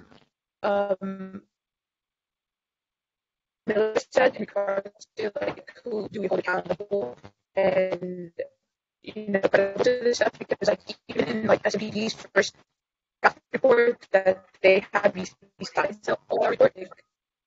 there was a lot of leadership issues and how like information got passed through, and like how are we going to keep tabs on making sure that they're keeping track on how we move forward with like terms of punishment, like even if it be like for the body cameras, like those who went against policy department issues, like how do we get them like a way, besides just training, how do we give them a way to realize on whether it be like a week's suspension of unpaid work. So yes, so I think those are important questions that we need to think about. Let me make a couple of comments, one expressing my opinions, which are probably lean more towards Commissioner Miller, but then I want to talk about process. So I think we can look at the report and agree that it is not a kind report to the department, and it is a body of evidence that now somebody's got their camera, I think it's Commissioner Moda. Yeah, Commissioner Moda, can you go on mute so that we don't get an echo? Thank you. Or is it someone else? Commissioner Rahman, maybe? So the report itself, we could think of as a body of evidence that says something about the department. And what OIR told us is that they have poorly written policies. They had poor leadership, poor tactical leadership. They misuse various what they call less lethal weapons, tear gas, pepper spray, flash grenades. They didn't de-escalate. They had tactical problems and the like, each of which calls into question obvious policies that need to be changed, that need to be addressed, let's say. So we need the department at the end of all this should have thought about its policies for crowd control, for when you can call an unlawful assembly, for when you can order a curfew, for what are they doing about de-escalation, for how all of these weapons are to be used. That's my opinion from reading that piece of evidence. But what I want to talk about is process and how this commission was designed to work. And the way the commission was conceived and set up and written in the ordinance is that it's designed to, if it's working well, to have the public, through us, engage with the department and work together on solutions.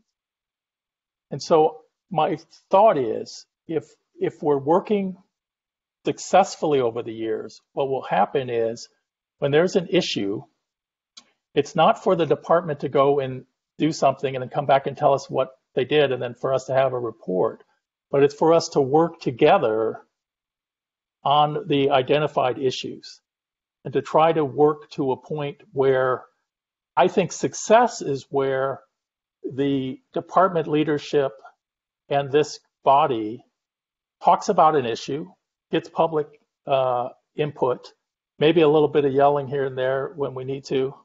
It's not my personal style. And then an outcome. And, some people will like the outcome, some people may not like the outcome, but I think it's the process that is the success because it legitimates whatever the outcome is to have gone through a public process. My take on it is that whatever ad hoc committee we have needs to identify in this body, this report, the major kind of things, and some of them are in the recommendations, but some are not. But the major things that need to be addressed, and develop a mechanism, an approach to get the department and this group and the public to have a discussion about it before there's a final change. And let me just throw out this one last thing, that a concern I have about how we could get bogged down is if the department writes a report 60 days, and then 60 days later we write a response, and then 60 days after that we talk about it, and nothing will happen. And I think we might be more efficient if we can identify those big themes that we think needs to be addressed. I suspect the department leadership would agree with us on what needs to be addressed. They may not agree on what the outcome. I mean, we may have different opinions on how it should be addressed. But to flag those things and then to figure out the method by which we're going to have a dialogue. And to me, again, the point is to have the dialogue with the department leadership, with the public, and with this commission on the list of what we think is important coming out of that OIR report. So I'll stop there and go back to discussion. Ms. Parson. I just have a clarifying question. The ad hoc committee that has already been formed to look at policies and procedures regarding discipline, et cetera, is that ad hoc committee not looking at anything from the OIR report, or is that a topic-based committee? It's not looking at the OIR report for purposes of doing anything about the OIR report. I mean, they don't need to completely ignore it when thinking about what the reform should be, but it's not that first ad hoc group is not dealing with this. Okay, directly. So they would not, to Commissioner Mota's question and Commissioner Miller's question, that committee would not be addressing things around, say, body-worn cameras on May 31st. Not on May 31st, right. There's a lurking question about accountability for that, but that's not what that commission is supposed to do. Yes, Commissioner Centeno. In the report, there's that 44 recommendations. I'm assuming, and the way I read it, is those 44 recommendations are not necessarily prioritized by urgency or serious misconduct on the part or serious response by the police department, but rather it flowed sequential to how the events occurred. Right. And so as the events went through and the actions or misactions of the police department occurred, those recommendations came out. So what I'm thinking is, instead of looking at all 44, if we could somehow prioritize those urgent ones, those more serious ones, and put those up at the top so that we can get definitive answers from the police department first, and then we can move forward from there. I like where you're headed with that, and perhaps how we could approach this is to ask the ad hoc committee to help think about the process for us identifying it. In fact, that's what the council asked for, is what is your work plan? And so, I mean, maybe the ad hoc committee takes this discussion and understands the kind of the conundrum. Like if you get bogged down in it, it's going to take a year. You can't do it all. Maybe prioritize and have themes. So what do you all think about that? That the role of this ad hoc committee in the short run would be to help develop a process for this commission to appropriately address the OIR report recommendation. Commissioner Miller. So, so maybe a friendly amendment. Might we be able to language that even a bit more concretely? Like, could we charge the ad hoc committee with identifying certain specific recommendations by number that will receive priority attention? And I think that public a sense of traction more than process. Yes, and could I also add to that, and themes? Sure. Because there could be specific ones, but they might also fit into categories like use of force or crowd control or something like that. All right, so let me describe the motion that we're looking for. Okay, it would be a motion to form an ad hoc committee to review the OIR report and propose and identify the priority recommendations and themes, and propose back to this commission a process for us to address those themes, consistent with the goals of the commission. Can you flip it? Priority themes and recommendations? Yes. Yes. Consider it flipped. Is there a motion? Does anyone want to make that motion? I'll make that motion. I'll second. Been moved and seconded. Any further discussion? Yes, Commissioner Cruz. I do have a question related to selecting the ad hoc members. Given that, are we developing some sort of guidelines in terms of,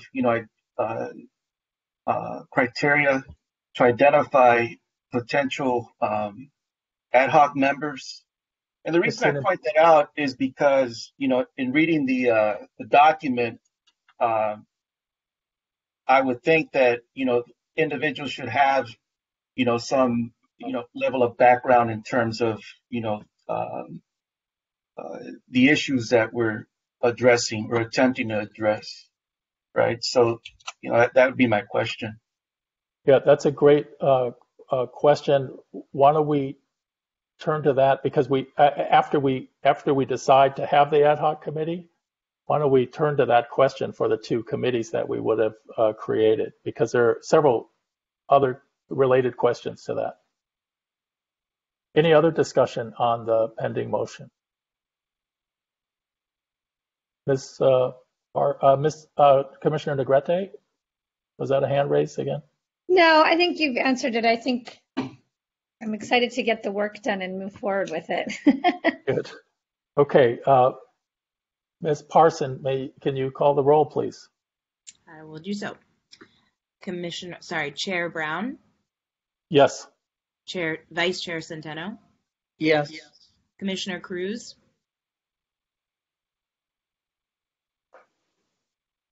Yes. Commissioner Devermont. Yes. Commissioner McLaughlin-Becerri.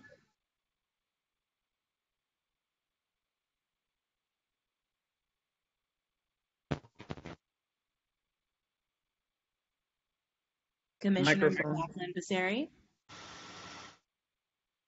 Microphone.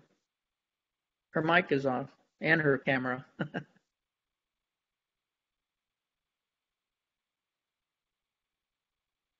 I'm going to move on to the next commissioner, and I'm sending her a message to see if she is still with us. Commissioner Miller? Yes. Commissioner Morena? Yes.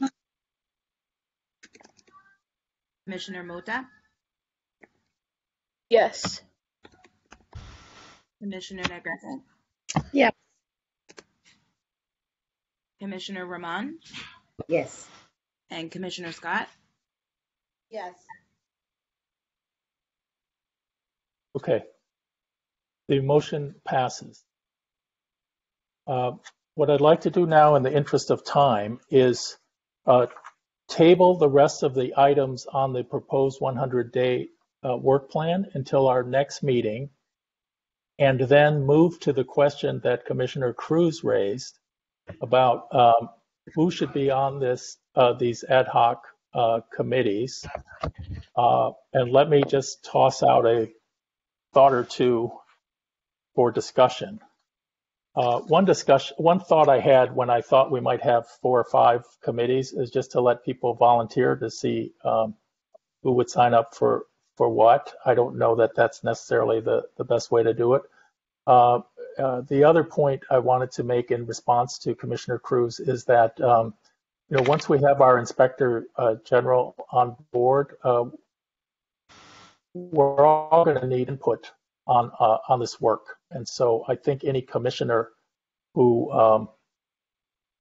I don't think we should limit our subcommittees to only commissioners that have particular expertise. I think everyone's on the commission for the talents they bring to it. So that would be my inclination. But let me just throw it out there for suggestions on how we should create these ad hoc committee memberships. Yes, Commissioner Miller. Well, in the spirit of prerogative and punishment, I think sometimes rosters are put forward by the officers of boards or commission, so I would throw that out as an option for the 2 officers to maybe propose back membership. And then maybe that's ratified by the commission, or maybe we just invest that authority in our officer. Thank you, Commissioner Miller. Other thoughts? Commissioner Rahman? Thank you, Chair. What I would like to ask is there a limitation on the number of the people that you would consider for these 2 ad hoc committees? And then the second question I have is, what are the qualifications, and how do you quantify these members? So, is this open to an ex police officer or an ex FBI agent or somebody in the law enforcement, or is this open to a business owner also? Yeah, let me before I turn this question to Mr. Ward, let me say there's really 2 questions you're asking. One is the committee we're forming is a ad hoc committee of these 11 commissioners. Yes. That's port 1. Okay, so some number of us, and these 11 commissioners, in my view, are the only people that have votes on anything. Okay, then there's a separate question of whether we want to have additional members from the community have the opportunity to be on these committees and participate in discussions. And then there's a related question to that about, if so, how would those people be selected?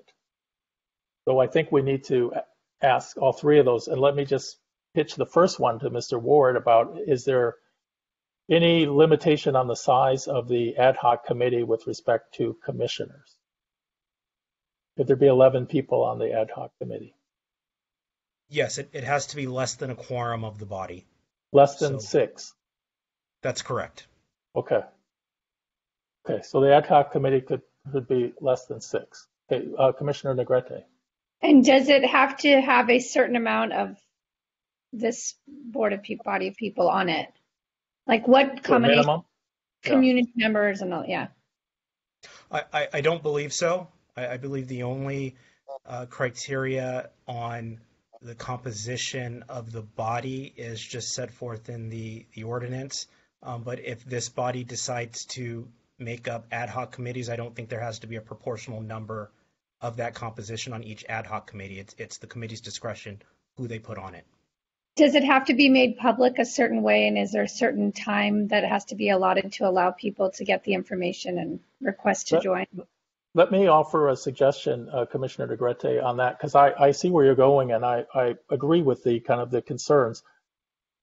The thinking I had is that maybe what we should do is have this entire body of commissioners vote on subcommittee members, and that who are not members of the commission, and maybe a process that would work would be that we get a paragraph description of who the proposed people are, and that before, so So we start with an ad hoc committee of these commissioners, and they meet themselves, and then they can decide, they can propose additional people to join who are non-commissioners, but that they'd have to give us some information, bring it back to the full body so that we can approve it.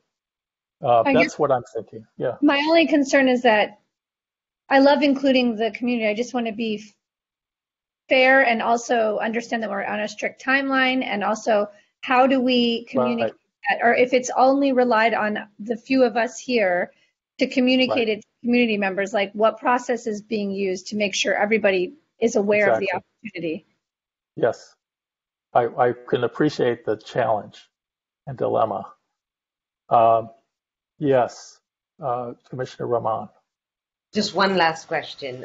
Would you consider members of the media to be a party that would be able to participate as well? I'm just throwing out my personal opinion. I think we need to be careful about how many non-members we have on subcommittees and who they are. And at a certain point, you might as well just open it up to the general public and have your meetings public. That's just my personal view. Because I can see benefits of getting some outside participants. I can also see a lot of downsides. Yes, Commissioner Negrete. I just wanted to point out that it should be limited to people that reside in the city of Santa Monica, right? Yes. We should come up with a whole set of what we think the limitations are. Yes. So if I a would media agree with that. happens to be a media person that lives here, that's one thing. But I think to just include someone in the media, but they don't live in the city of Santa Monica and don't have a vested interest, and that's a little bit different. Then their vested interest becomes questionable. So the reason I asked... I'm sorry, Commissioner Rahman and then Commissioner Scott. Sorry, the reason I asked is every time that we've been on a call with the LA County Public Health Department or the California Department of Public Health, the calls that we're on, they've always started off with no media. You know, this meeting is not open to the media. And so since we're dealing with something of a sensitive nature to this extent, I was wondering, was that going to be, or obviously we are running into a little bit of overtime here, but would that be of consideration to all of us in regards to that invite? Commissioner Negrete, I understand, if they live in the city and they are members of the media. The same thing happened with the LA County and the California Department of Public Health Association. Didn't matter if they lived in LA County, they were banned from participating. Is this something, I'll be right to you, Commissioner Scott, in a second. Is this something that maybe the chair and vice chair could put our heads together and come back with a proposal before any outside people are put on subcommittees? We could come up with a list of, potential kind of rules for your consideration. And then Commissioner Scott and Commissioner Negrete. Thank you. In the interest of time as well as reinventing the wheel, this question goes out to Commissioner Morena as well as Mr. Ward. Is there not a set of rules and protocols in place regarding how ad hoc committees are created and established and what that includes and consists of? Instead of us sitting here trying to create what our ad hoc committee is going to be, right? Is there a framework that we can work from? Crickets, okay. Commissioner Morena, do you have anything to say about, from your previous experience on City Council? Can you please shed some light on ad hoc committees and what the membership consisted of? Thank you. Let's go to, I'm sorry, Commissioner Negrete, and then Commissioner Morena can answer your question. I was just going to say in terms of, and yeah, I think that's a great question. That's what I was leading to also to find that out. But what you had mentioned earlier, it's not, I get your point about media, and I think what you're trying to say is not so much that the media is involved in the conversation, but it sounds like you would like the conversation to be publicly available. And I think those are two different things, maybe, because at first I thought you were asking if someone from the media could be on it. But if the purpose is to make the meetings public, I think there's nothing wrong with constant public comment, in which case we'll need 7,842 days to come back with a recommendation. That I'm just curious, like what is the guidelines under making it public, and if that's what you were leaning towards. Commissioner Morena, and then Mr. Ward. I think the delineation between ad hoc and subcommittee is really important. The ad hoc specifically for these targeted issues obviously are very important because they have a timeline. They have a set timeline that City Council has asked us to provide a response. So that makes sense. In my experience, you want a broad group and you want that group to have autonomy. So I respectfully disagree with Commissioner Brown in that the only people voting on the ad hoc and or subcommittee would be members from this committee, because especially if this committee is going to vote on who those subcommittee or ad hoc committee members would be. So essentially this committee would be limiting the voice of the ad hoc, which is exactly the purpose of the ad hoc.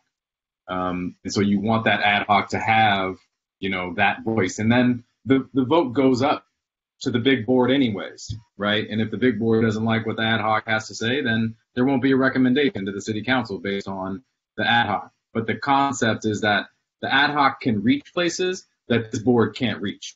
And the ad hoc can do things, or the subcommittee can do things that this board can't reach. You can't reach it by way of Brown Act, and you can't reach it by way of people just wanting to talk to you. So it's important, at least in my concept, that these separate groups have some autonomy and flexibility. But I do agree in that this board should choose who those people are, and you want those people to be balanced, and you want them to be able to research the issues thoroughly, which, this board won't have time to do all of those separate things. So It spreads the weight out fairly. Let me clarify. I don't think that the ad hoc committee that we just approved is going to develop the plan that goes to the city council. I think they're taking a baby step. They're taking that first cut at identifying what the priority issues are and priority recommendations are, and a process for moving forward, and then coming back to us as soon as possible. I think that's what that ad hoc committee has been asked to do in the short run.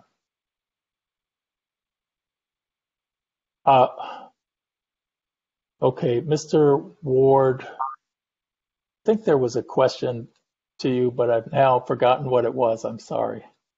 I believe it was Commissioner Scott's question about are there rules written already? Yes. Rules regarding ad hoc committees, and the question or the answer is yes and no. Yes, in that ad hoc committees procedurally are governed by Robert's Rules of Order, as well as any parameters set forth in your bylaws, and there really aren't too many parameters set forth in your bylaws on ad hoc committees. To the more general issue of what is the scope and purpose of an ad hoc committee, it is to advise the body of the whole. And so it will be made up of less than a quorum of the body of the whole's members. You have the discretion to add non-members of your commission to the ad hoc, but again, they would only provide a recommendation to the body of the whole. Regarding any restrictions on who those non-members can and cannot be, you would set that. It's up to your discretion. It's at your discretion, rather. Okay. And I've suggested that the chair and vice chair will take under advisement coming up with some proposed rules on that. And so I think what's at issue for us now is deciding on membership for these ad hoc committees. And since we only need, or since we can go as high as 5, do you all want to just volunteer for the committees and see how it turns out? Commissioner Devermont? I'd like to volunteer for the Oversight Reform Disciplinary Committee. I can't remember the exact term, the exact name of it. One the OIR and the other one the other one. The other one, the first one, not the OIR. Commissioner Scott? I just wanted you to just reiterate what the 2 committees are and their duties real quick, just like a one-liner, just so we know which one we're volunteering for. Yes, the first one. Back and forth. The first one is on page 2 of the proposed 100-day work plan, and it's the paragraph on reform and oversight of investigations and discipline.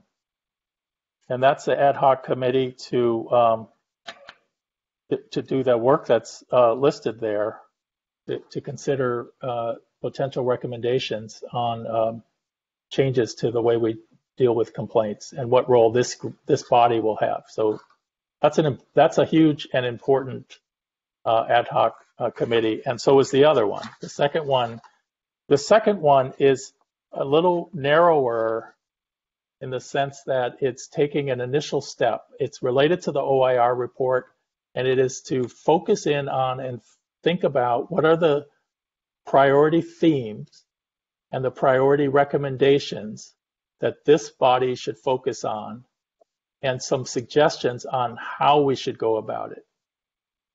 Those suggestions could include, continuing the ad hoc committee to do X, Y, and Z, but could include some other stuff as well. So for discussion, for organizational purposes, we've got the Complaints and Investigations ad hoc committee and the OIR ad hoc committee. And we've got one volunteer. Yeah. I'd like to volunteer for the first one, the disciplinary and investigations. Okay, so I've got Devermont on OIR and Centeno on complaints and discipline. No. I have Devermont on complaints and discipline. Oh, right. Sorry.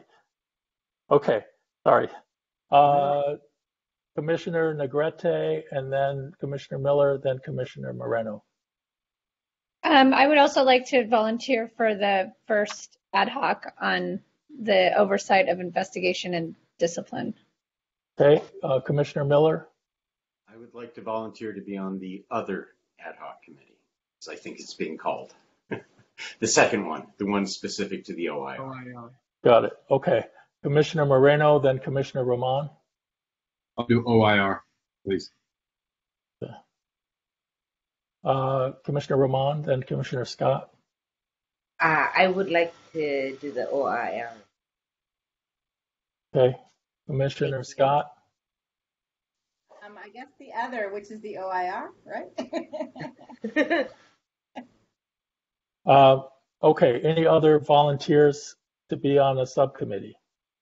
Go ahead. Commissioner Cruz and then Commissioner Negrete. I'd volunteer for the complaints and discipline. Okay. And Commissioner Negrete and then Commissioner Centeno. I'm sorry if I'm sort of reiterating anything that we've already belabored, but just the OIR is also important to me. So I just want to make sure that I know the ad hoc is focusing on things, but obviously as a whole, we are still participating in that part of it as well. Absolutely. Not just votes on recommendations, but allowed to make comment and suggestion. Yes, I agree. I think we need to have an important and public role and process, and that's part of the point of the commission, is to engage in process around these issues. Okay, I just wanted to ensure I positioned myself at the other one because of my personal involvement in my store being, us being sort of left for those 10 days. That report is important and emotional for me, and I wanted to focus on something in detail a little bit different, but I very much want to be a part of that conversation as well, in detail as well. I just can't sit on both ad hocs. I understand. Thank you. Commissioner Centeno? Yeah, I think Commissioner Negra took the words right out of my mouth. I'm passionate about both topics. I want to have input on both topics. I don't know that I want to sit on both subcommittees just because of the time involved in the commitment. So yeah. Okay. All right. So we have 4 volunteers on each subcommittee, which, you know, by my thinking would be fine. If anybody else wants to volunteer on one or the other, Commissioner Scott? I think we still had Commissioner McLaughlin and Commissioner. I don't know if they wanted to volunteer or they were just going to observe. I think, well, first of all, before I call on Commissioner Mota, I just want to remind our younger members that you all are full, equal voting participants. And so, you know, please, you know, consider yourself such. But also, don't feel like your arm is twisted. I don't think you have to volunteer for a subcommittee. So both sides of that. Commissioner Mota, were you going to say something?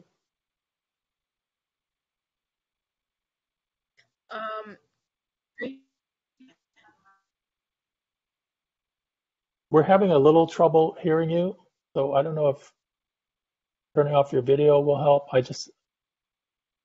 But go ahead. Yeah.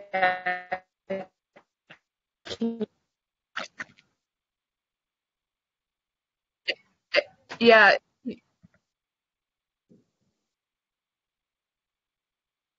Yeah, you're freezing up a bit on us.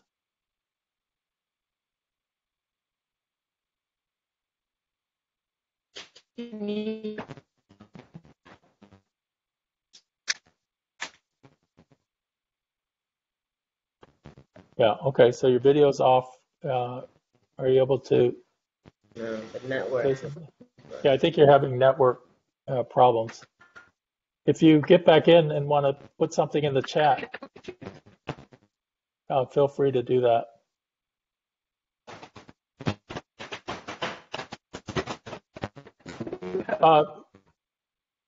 Let me ask you all as a group whether these subcommittees are okay with you all? Having done the volunteer approach? Did we, Mr. Ward, do I have to have a vote on that? Well, No, I think no these are votes. ad hoc. These are ad hoc though, not subcommittees. Ad hoc. I'm sorry. Okay. Okay. Ad hoc. Thank you, Commissioner Moreno.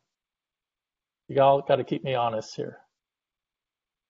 Good. Well, let's, yeah, Commissioner Devermont. Will the committees be picking their chairs at their first meeting, similar to what we're doing here, or do we do that now? Great question. What do you guys want to do? I'd like to chair my committee, this committee.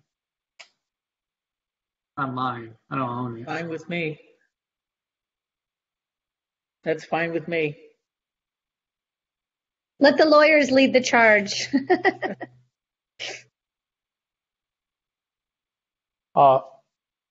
If that's fine with everybody, it's I'm indifferent on who chairs the subcommittees.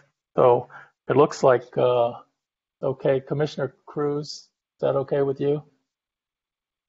Yes. Okay. All right. It's good stepping out in front of the train there, Commissioner Devermont. Good luck. Then how about on the OIR? Anyone want to step out and take the lead on that, or?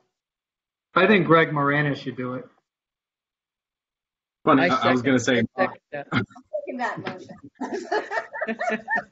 Okay. I second that. I'll start it.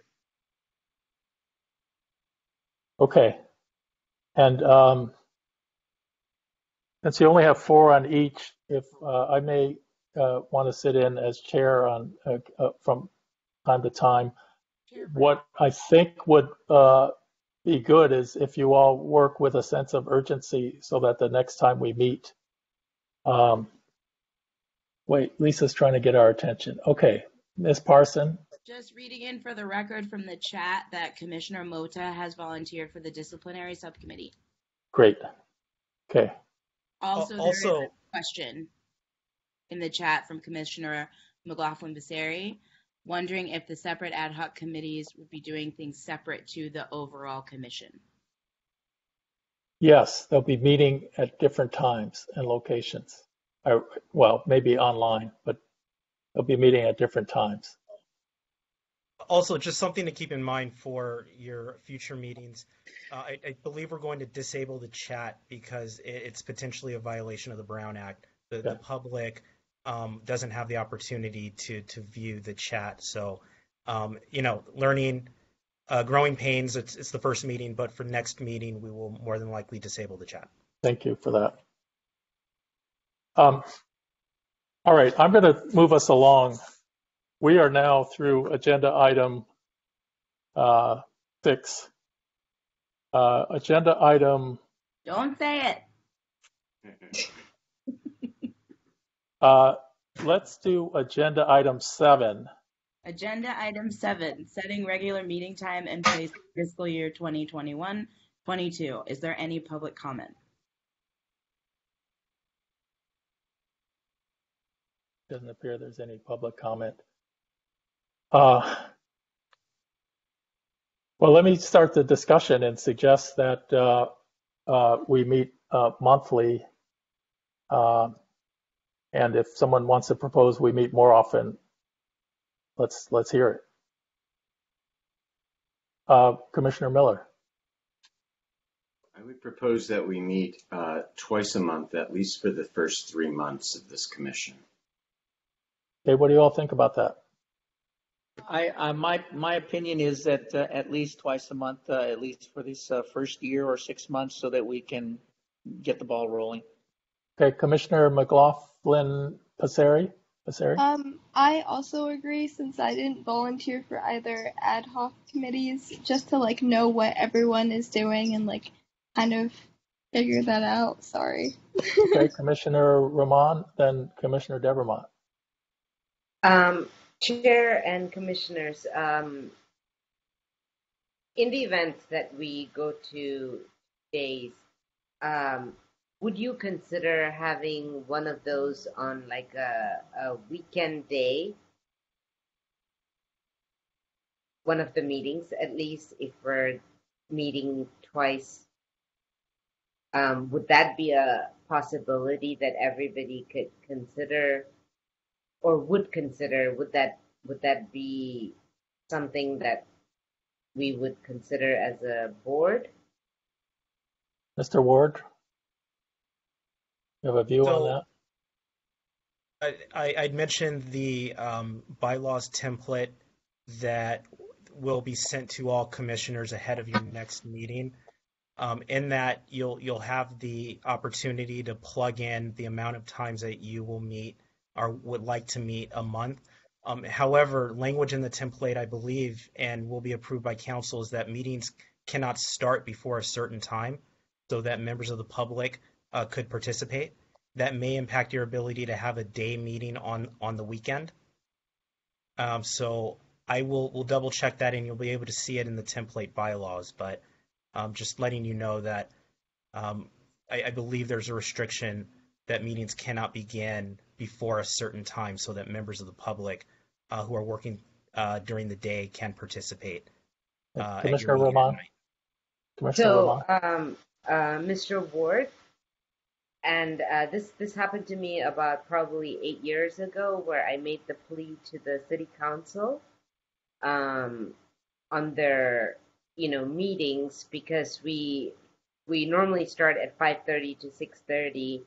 And it takes away from, people commuting back from work. And these are topics of hot interest that are presented upon either the planning commission or the city council. And I suggested that, hey, how about a Saturday morning meeting where most people are home, and it's going to be, take about 3 to 4 hours, and more of the public then participate. That was taken well, and they've done it. They don't do it very often, but they do it at least 2 to 3 times a year. So that's the reason I'm asking. And I know you said we have this template, and so I just want to be. I guess I just want to clarity on if that is a possibility for us, and if anyone would be open to it. So. Okay, well, why don't we, I thought what Mr. Ward was saying is that there's information that we're going to receive before long that's going to fill that in. Why don't we vote on the frequency of meetings? It looks like there's a movement towards twice a month. So is Commissioner Devermont, are you going to make a motion? No, I actually had a comment. That's all right. Okay, you want to comment on the frequency of meetings? Yes, if I may. So for those that want to meet twice a month, and I'm not arguing for or against it, I just want to remind you that if your subcommittee meets once or twice a month, that could be 2 to 4 meetings a month. We have a lot of work to do. I'm not against it. I'm not for it. And this might be premature and because of what Mr. Ward said, but I'd appreciate if we would move these from Wednesdays to another day as well, because I have other events on Santa Monica Democratic Club on Wednesday, LACDP on Tuesday, so Thursday is always a good day, or Monday usually. Thank you. Okay, well, sounds like Vice Chair Centeno and I have a lot of things that are accumulating on our list.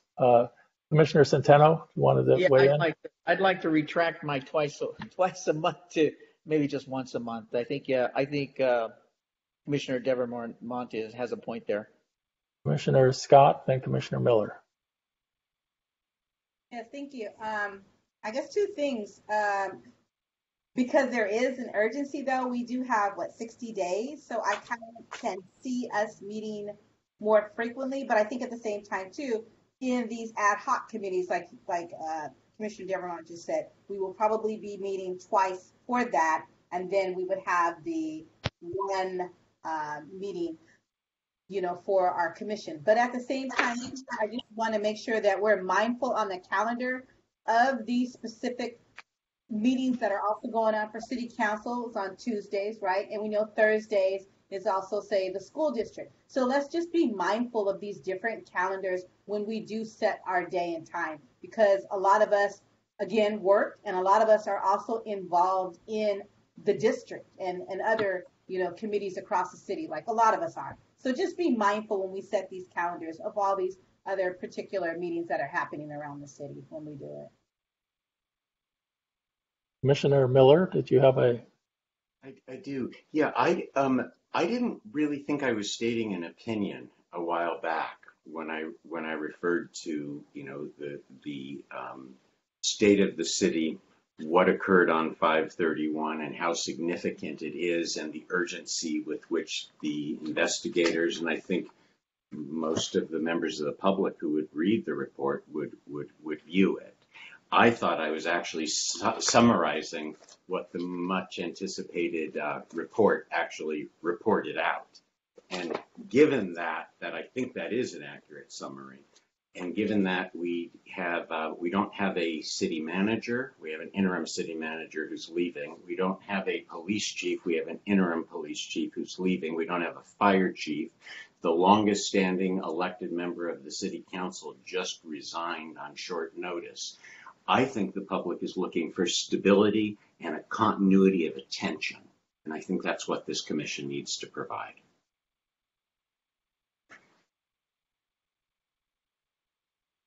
Yeah, Commissioner Miller, in some ways, your point's well taken, but it also kind of cuts both ways. The lack of those leaders kind of limits our ability to get information. We need leadership at the department, for example, to have the kind of input that's going to be lasting and meaningful.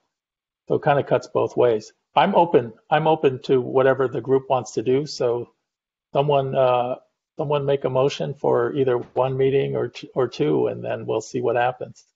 I move to Commissioner have Scott. one meeting. Yeah, if I could just add one more comment though, with respect to the question regarding weekends, a lot of us here, and we saw Commissioner Morena have kids.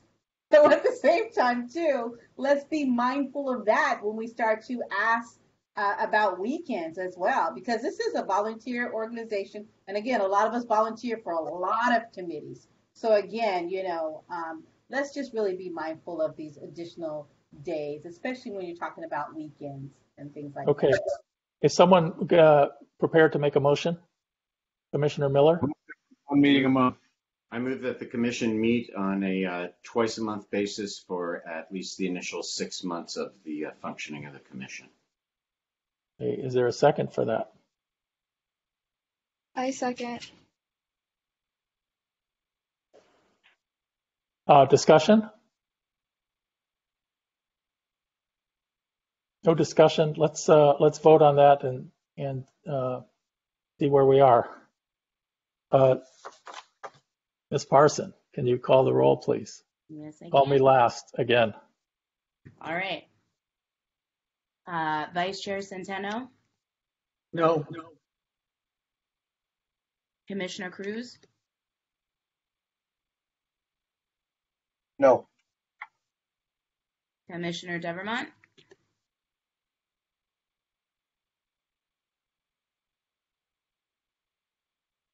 Can I wait till the end?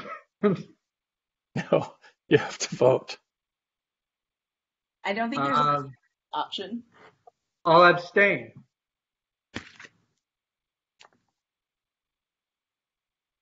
Commissioner McLaughlin-Passeri, Yes. Commissioner Miller, Yes. Commissioner Morena, No. Commissioner Mota, Yes. Commissioner Negrete, No. Commissioner Rahman, No. Commissioner Scott.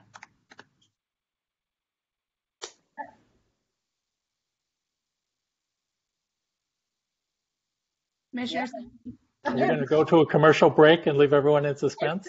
Yep, but I guess that didn't go through, so yes. You voted yes. Okay. Brown. I'm going to vote no. All right. Can we have and Commissioner Miller, you make some really good points. It just looks like at least half doesn't want to do it, and it seemed unfair to me to kind of drag them into it. I understand. Can we hear the vote total and result? Yeah. I have 6 no, 4 yes, and 1 abstain. Is that what you had, Ms. Parson? That is what I have, yes. Okay. All right. Is there a motion to meet once a month? Yes, I'll make the motion once a month. Second. Second. Okay. Can you call the roll, please, Ms. Parson? Vice Chair Centeno, Yes. Commissioner Cruz, Yes. Commissioner Devermont, Yes. Commissioner McLaughlin-Passeri, Yes. Commissioner Miller, Abstain? Commissioner Morena, Yes. Commissioner Mota, Yes. Commissioner Negrete, Yes. Commissioner Rahman, Yes. Commissioner Scott. Yes. Mike, here you go. And Chair Brown. Yes. Okay, we'll meet once a month. I would like to table everything else except for this item 8, agenda setting for future meetings. Chair Brown. Yes. And also Brandon. We have not addressed agenda item number 4. Yes, I think in the interest of time, I'm going to suggest that we table that for our next meeting. And to the extent there's information that must go out, we can send the commissioners perhaps an email. Because I know there's a deadline for the ethics training, which is tomorrow. but everyone has the information on that. Yes, Mr. Ward. Chair, if you and the commission do choose to continue non-heard items, I would at least recommend asking members of the public if they would like to speak on those items first, and then Sure. you can open them, hear the public, and then continue them for next meeting. Sure, let's do that. So are there members of the public that want to speak on agenda item 4 regarding required training for commissioners?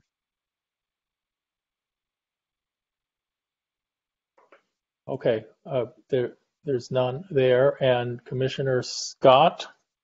Yeah, I had my hand raised before we moved on to the next item. And this is just a question, are we also voting on the ad hoc meetings frequency or not? Or is that No, changed? we're Okay. not. Thank you. Okay. Agenda item 8, and then we'll adjourn. Agenda setting for future meetings. As things stand right now, Commissioner Centeno and I are going to be looking at and proposing rules and suggestions in time for the next meeting. And so is there anything else that we need to do on this topic before the next meeting, is my question to you all, and to Ms. Parson and Mr. Ward. Commissioner Miller. Well, I would just make a request of those that will be setting the agenda, and it is to learn from the experience of the committee that preceded this commission, to heed the cautionary notes that were sounded by some of the most respect-worthy members of that committee about how it seemed to be a system that wasn't designed to succeed, and to really carry that awareness and that experience with you as you continue to lead us in this commission, and as you continue to do the all-important task of setting the agenda in a very awake way to the influences of those that work at this full-time versus those that are here on a part-time voluntary capacity. We have to find a way to make that an even playing field, at least even. Thank you, Commissioner Miller. Any other comments before we adjourn? And then do we need a motion to adjourn, Mr. Ward? Yes. Okay. Right. And Mr. Who Ward, said yes? Mr. Ward, did you say yes? I need a motion to adjourn. I believe Ms. Parsons said it, and yes, you can entertain a motion to adjourn. Okay, I'd like to entertain that motion. excuse me, before you do, because the chat function is still enabled, there is a member of the member of the public who's asking to comment at the end of this meeting. I don't know if that's permitted based on the structure that was provided by the city clerk, so I was checking with Mr. Ward. Yeah. Hold on. If the member of the public is asking to comment under general public input, which is normally an agenda item for a regular commission meeting, this is not a regular commission meeting because the commission has not set its regular meeting schedule yet. So this is a special meeting, and regular general public input is not required at a special meeting. Having said that, it is the discretion of the commission if they would still like to hear the member of the public provide 2 minutes in public comment before adjournment. In the interest of serving the public, if there's a member of the public that wants to speak for 2 minutes, I think we should hear the person. Agreed. I would move that we grant 2 minutes to that member of the public. Okay, let's do it. Is there? Thank you so here we much. are. Okay. Yes, thanks so much. Yes, I would like to suggest that the ad hoc committee on discipline include a member of the personnel commission who might be willing to serve, so that the input from that area of expertise could add to the quality deliberations. So please do an outreach to the Personnel Commission and see if there would be a member who would deliberate on those matters. Thanks so much. And Thank you for stretching the rules a little bit to allow me to speak. Of course, I'm hoping we'll have public comment at the end. Thanks so much. Thank you very much. If there are no other public speakers, I'd like to entertain a motion to adjourn. I second. Motion to adjourn. It's been moved and seconded. All in favor, please say aye. Aye. Aye. Aye. Okay, it's unanimous. Thank you, everyone. I look forward to spending a lot of time with you all. And thank you, Lisa, Ms. Parson, and Mr. Ward for your fine and able assistance. Good night, Good job. everyone. Great job, Chair. Good night. Okay. Thank you. Bye. Great Thank job, you. Chair. Thank you, everyone. Good night. Thank you.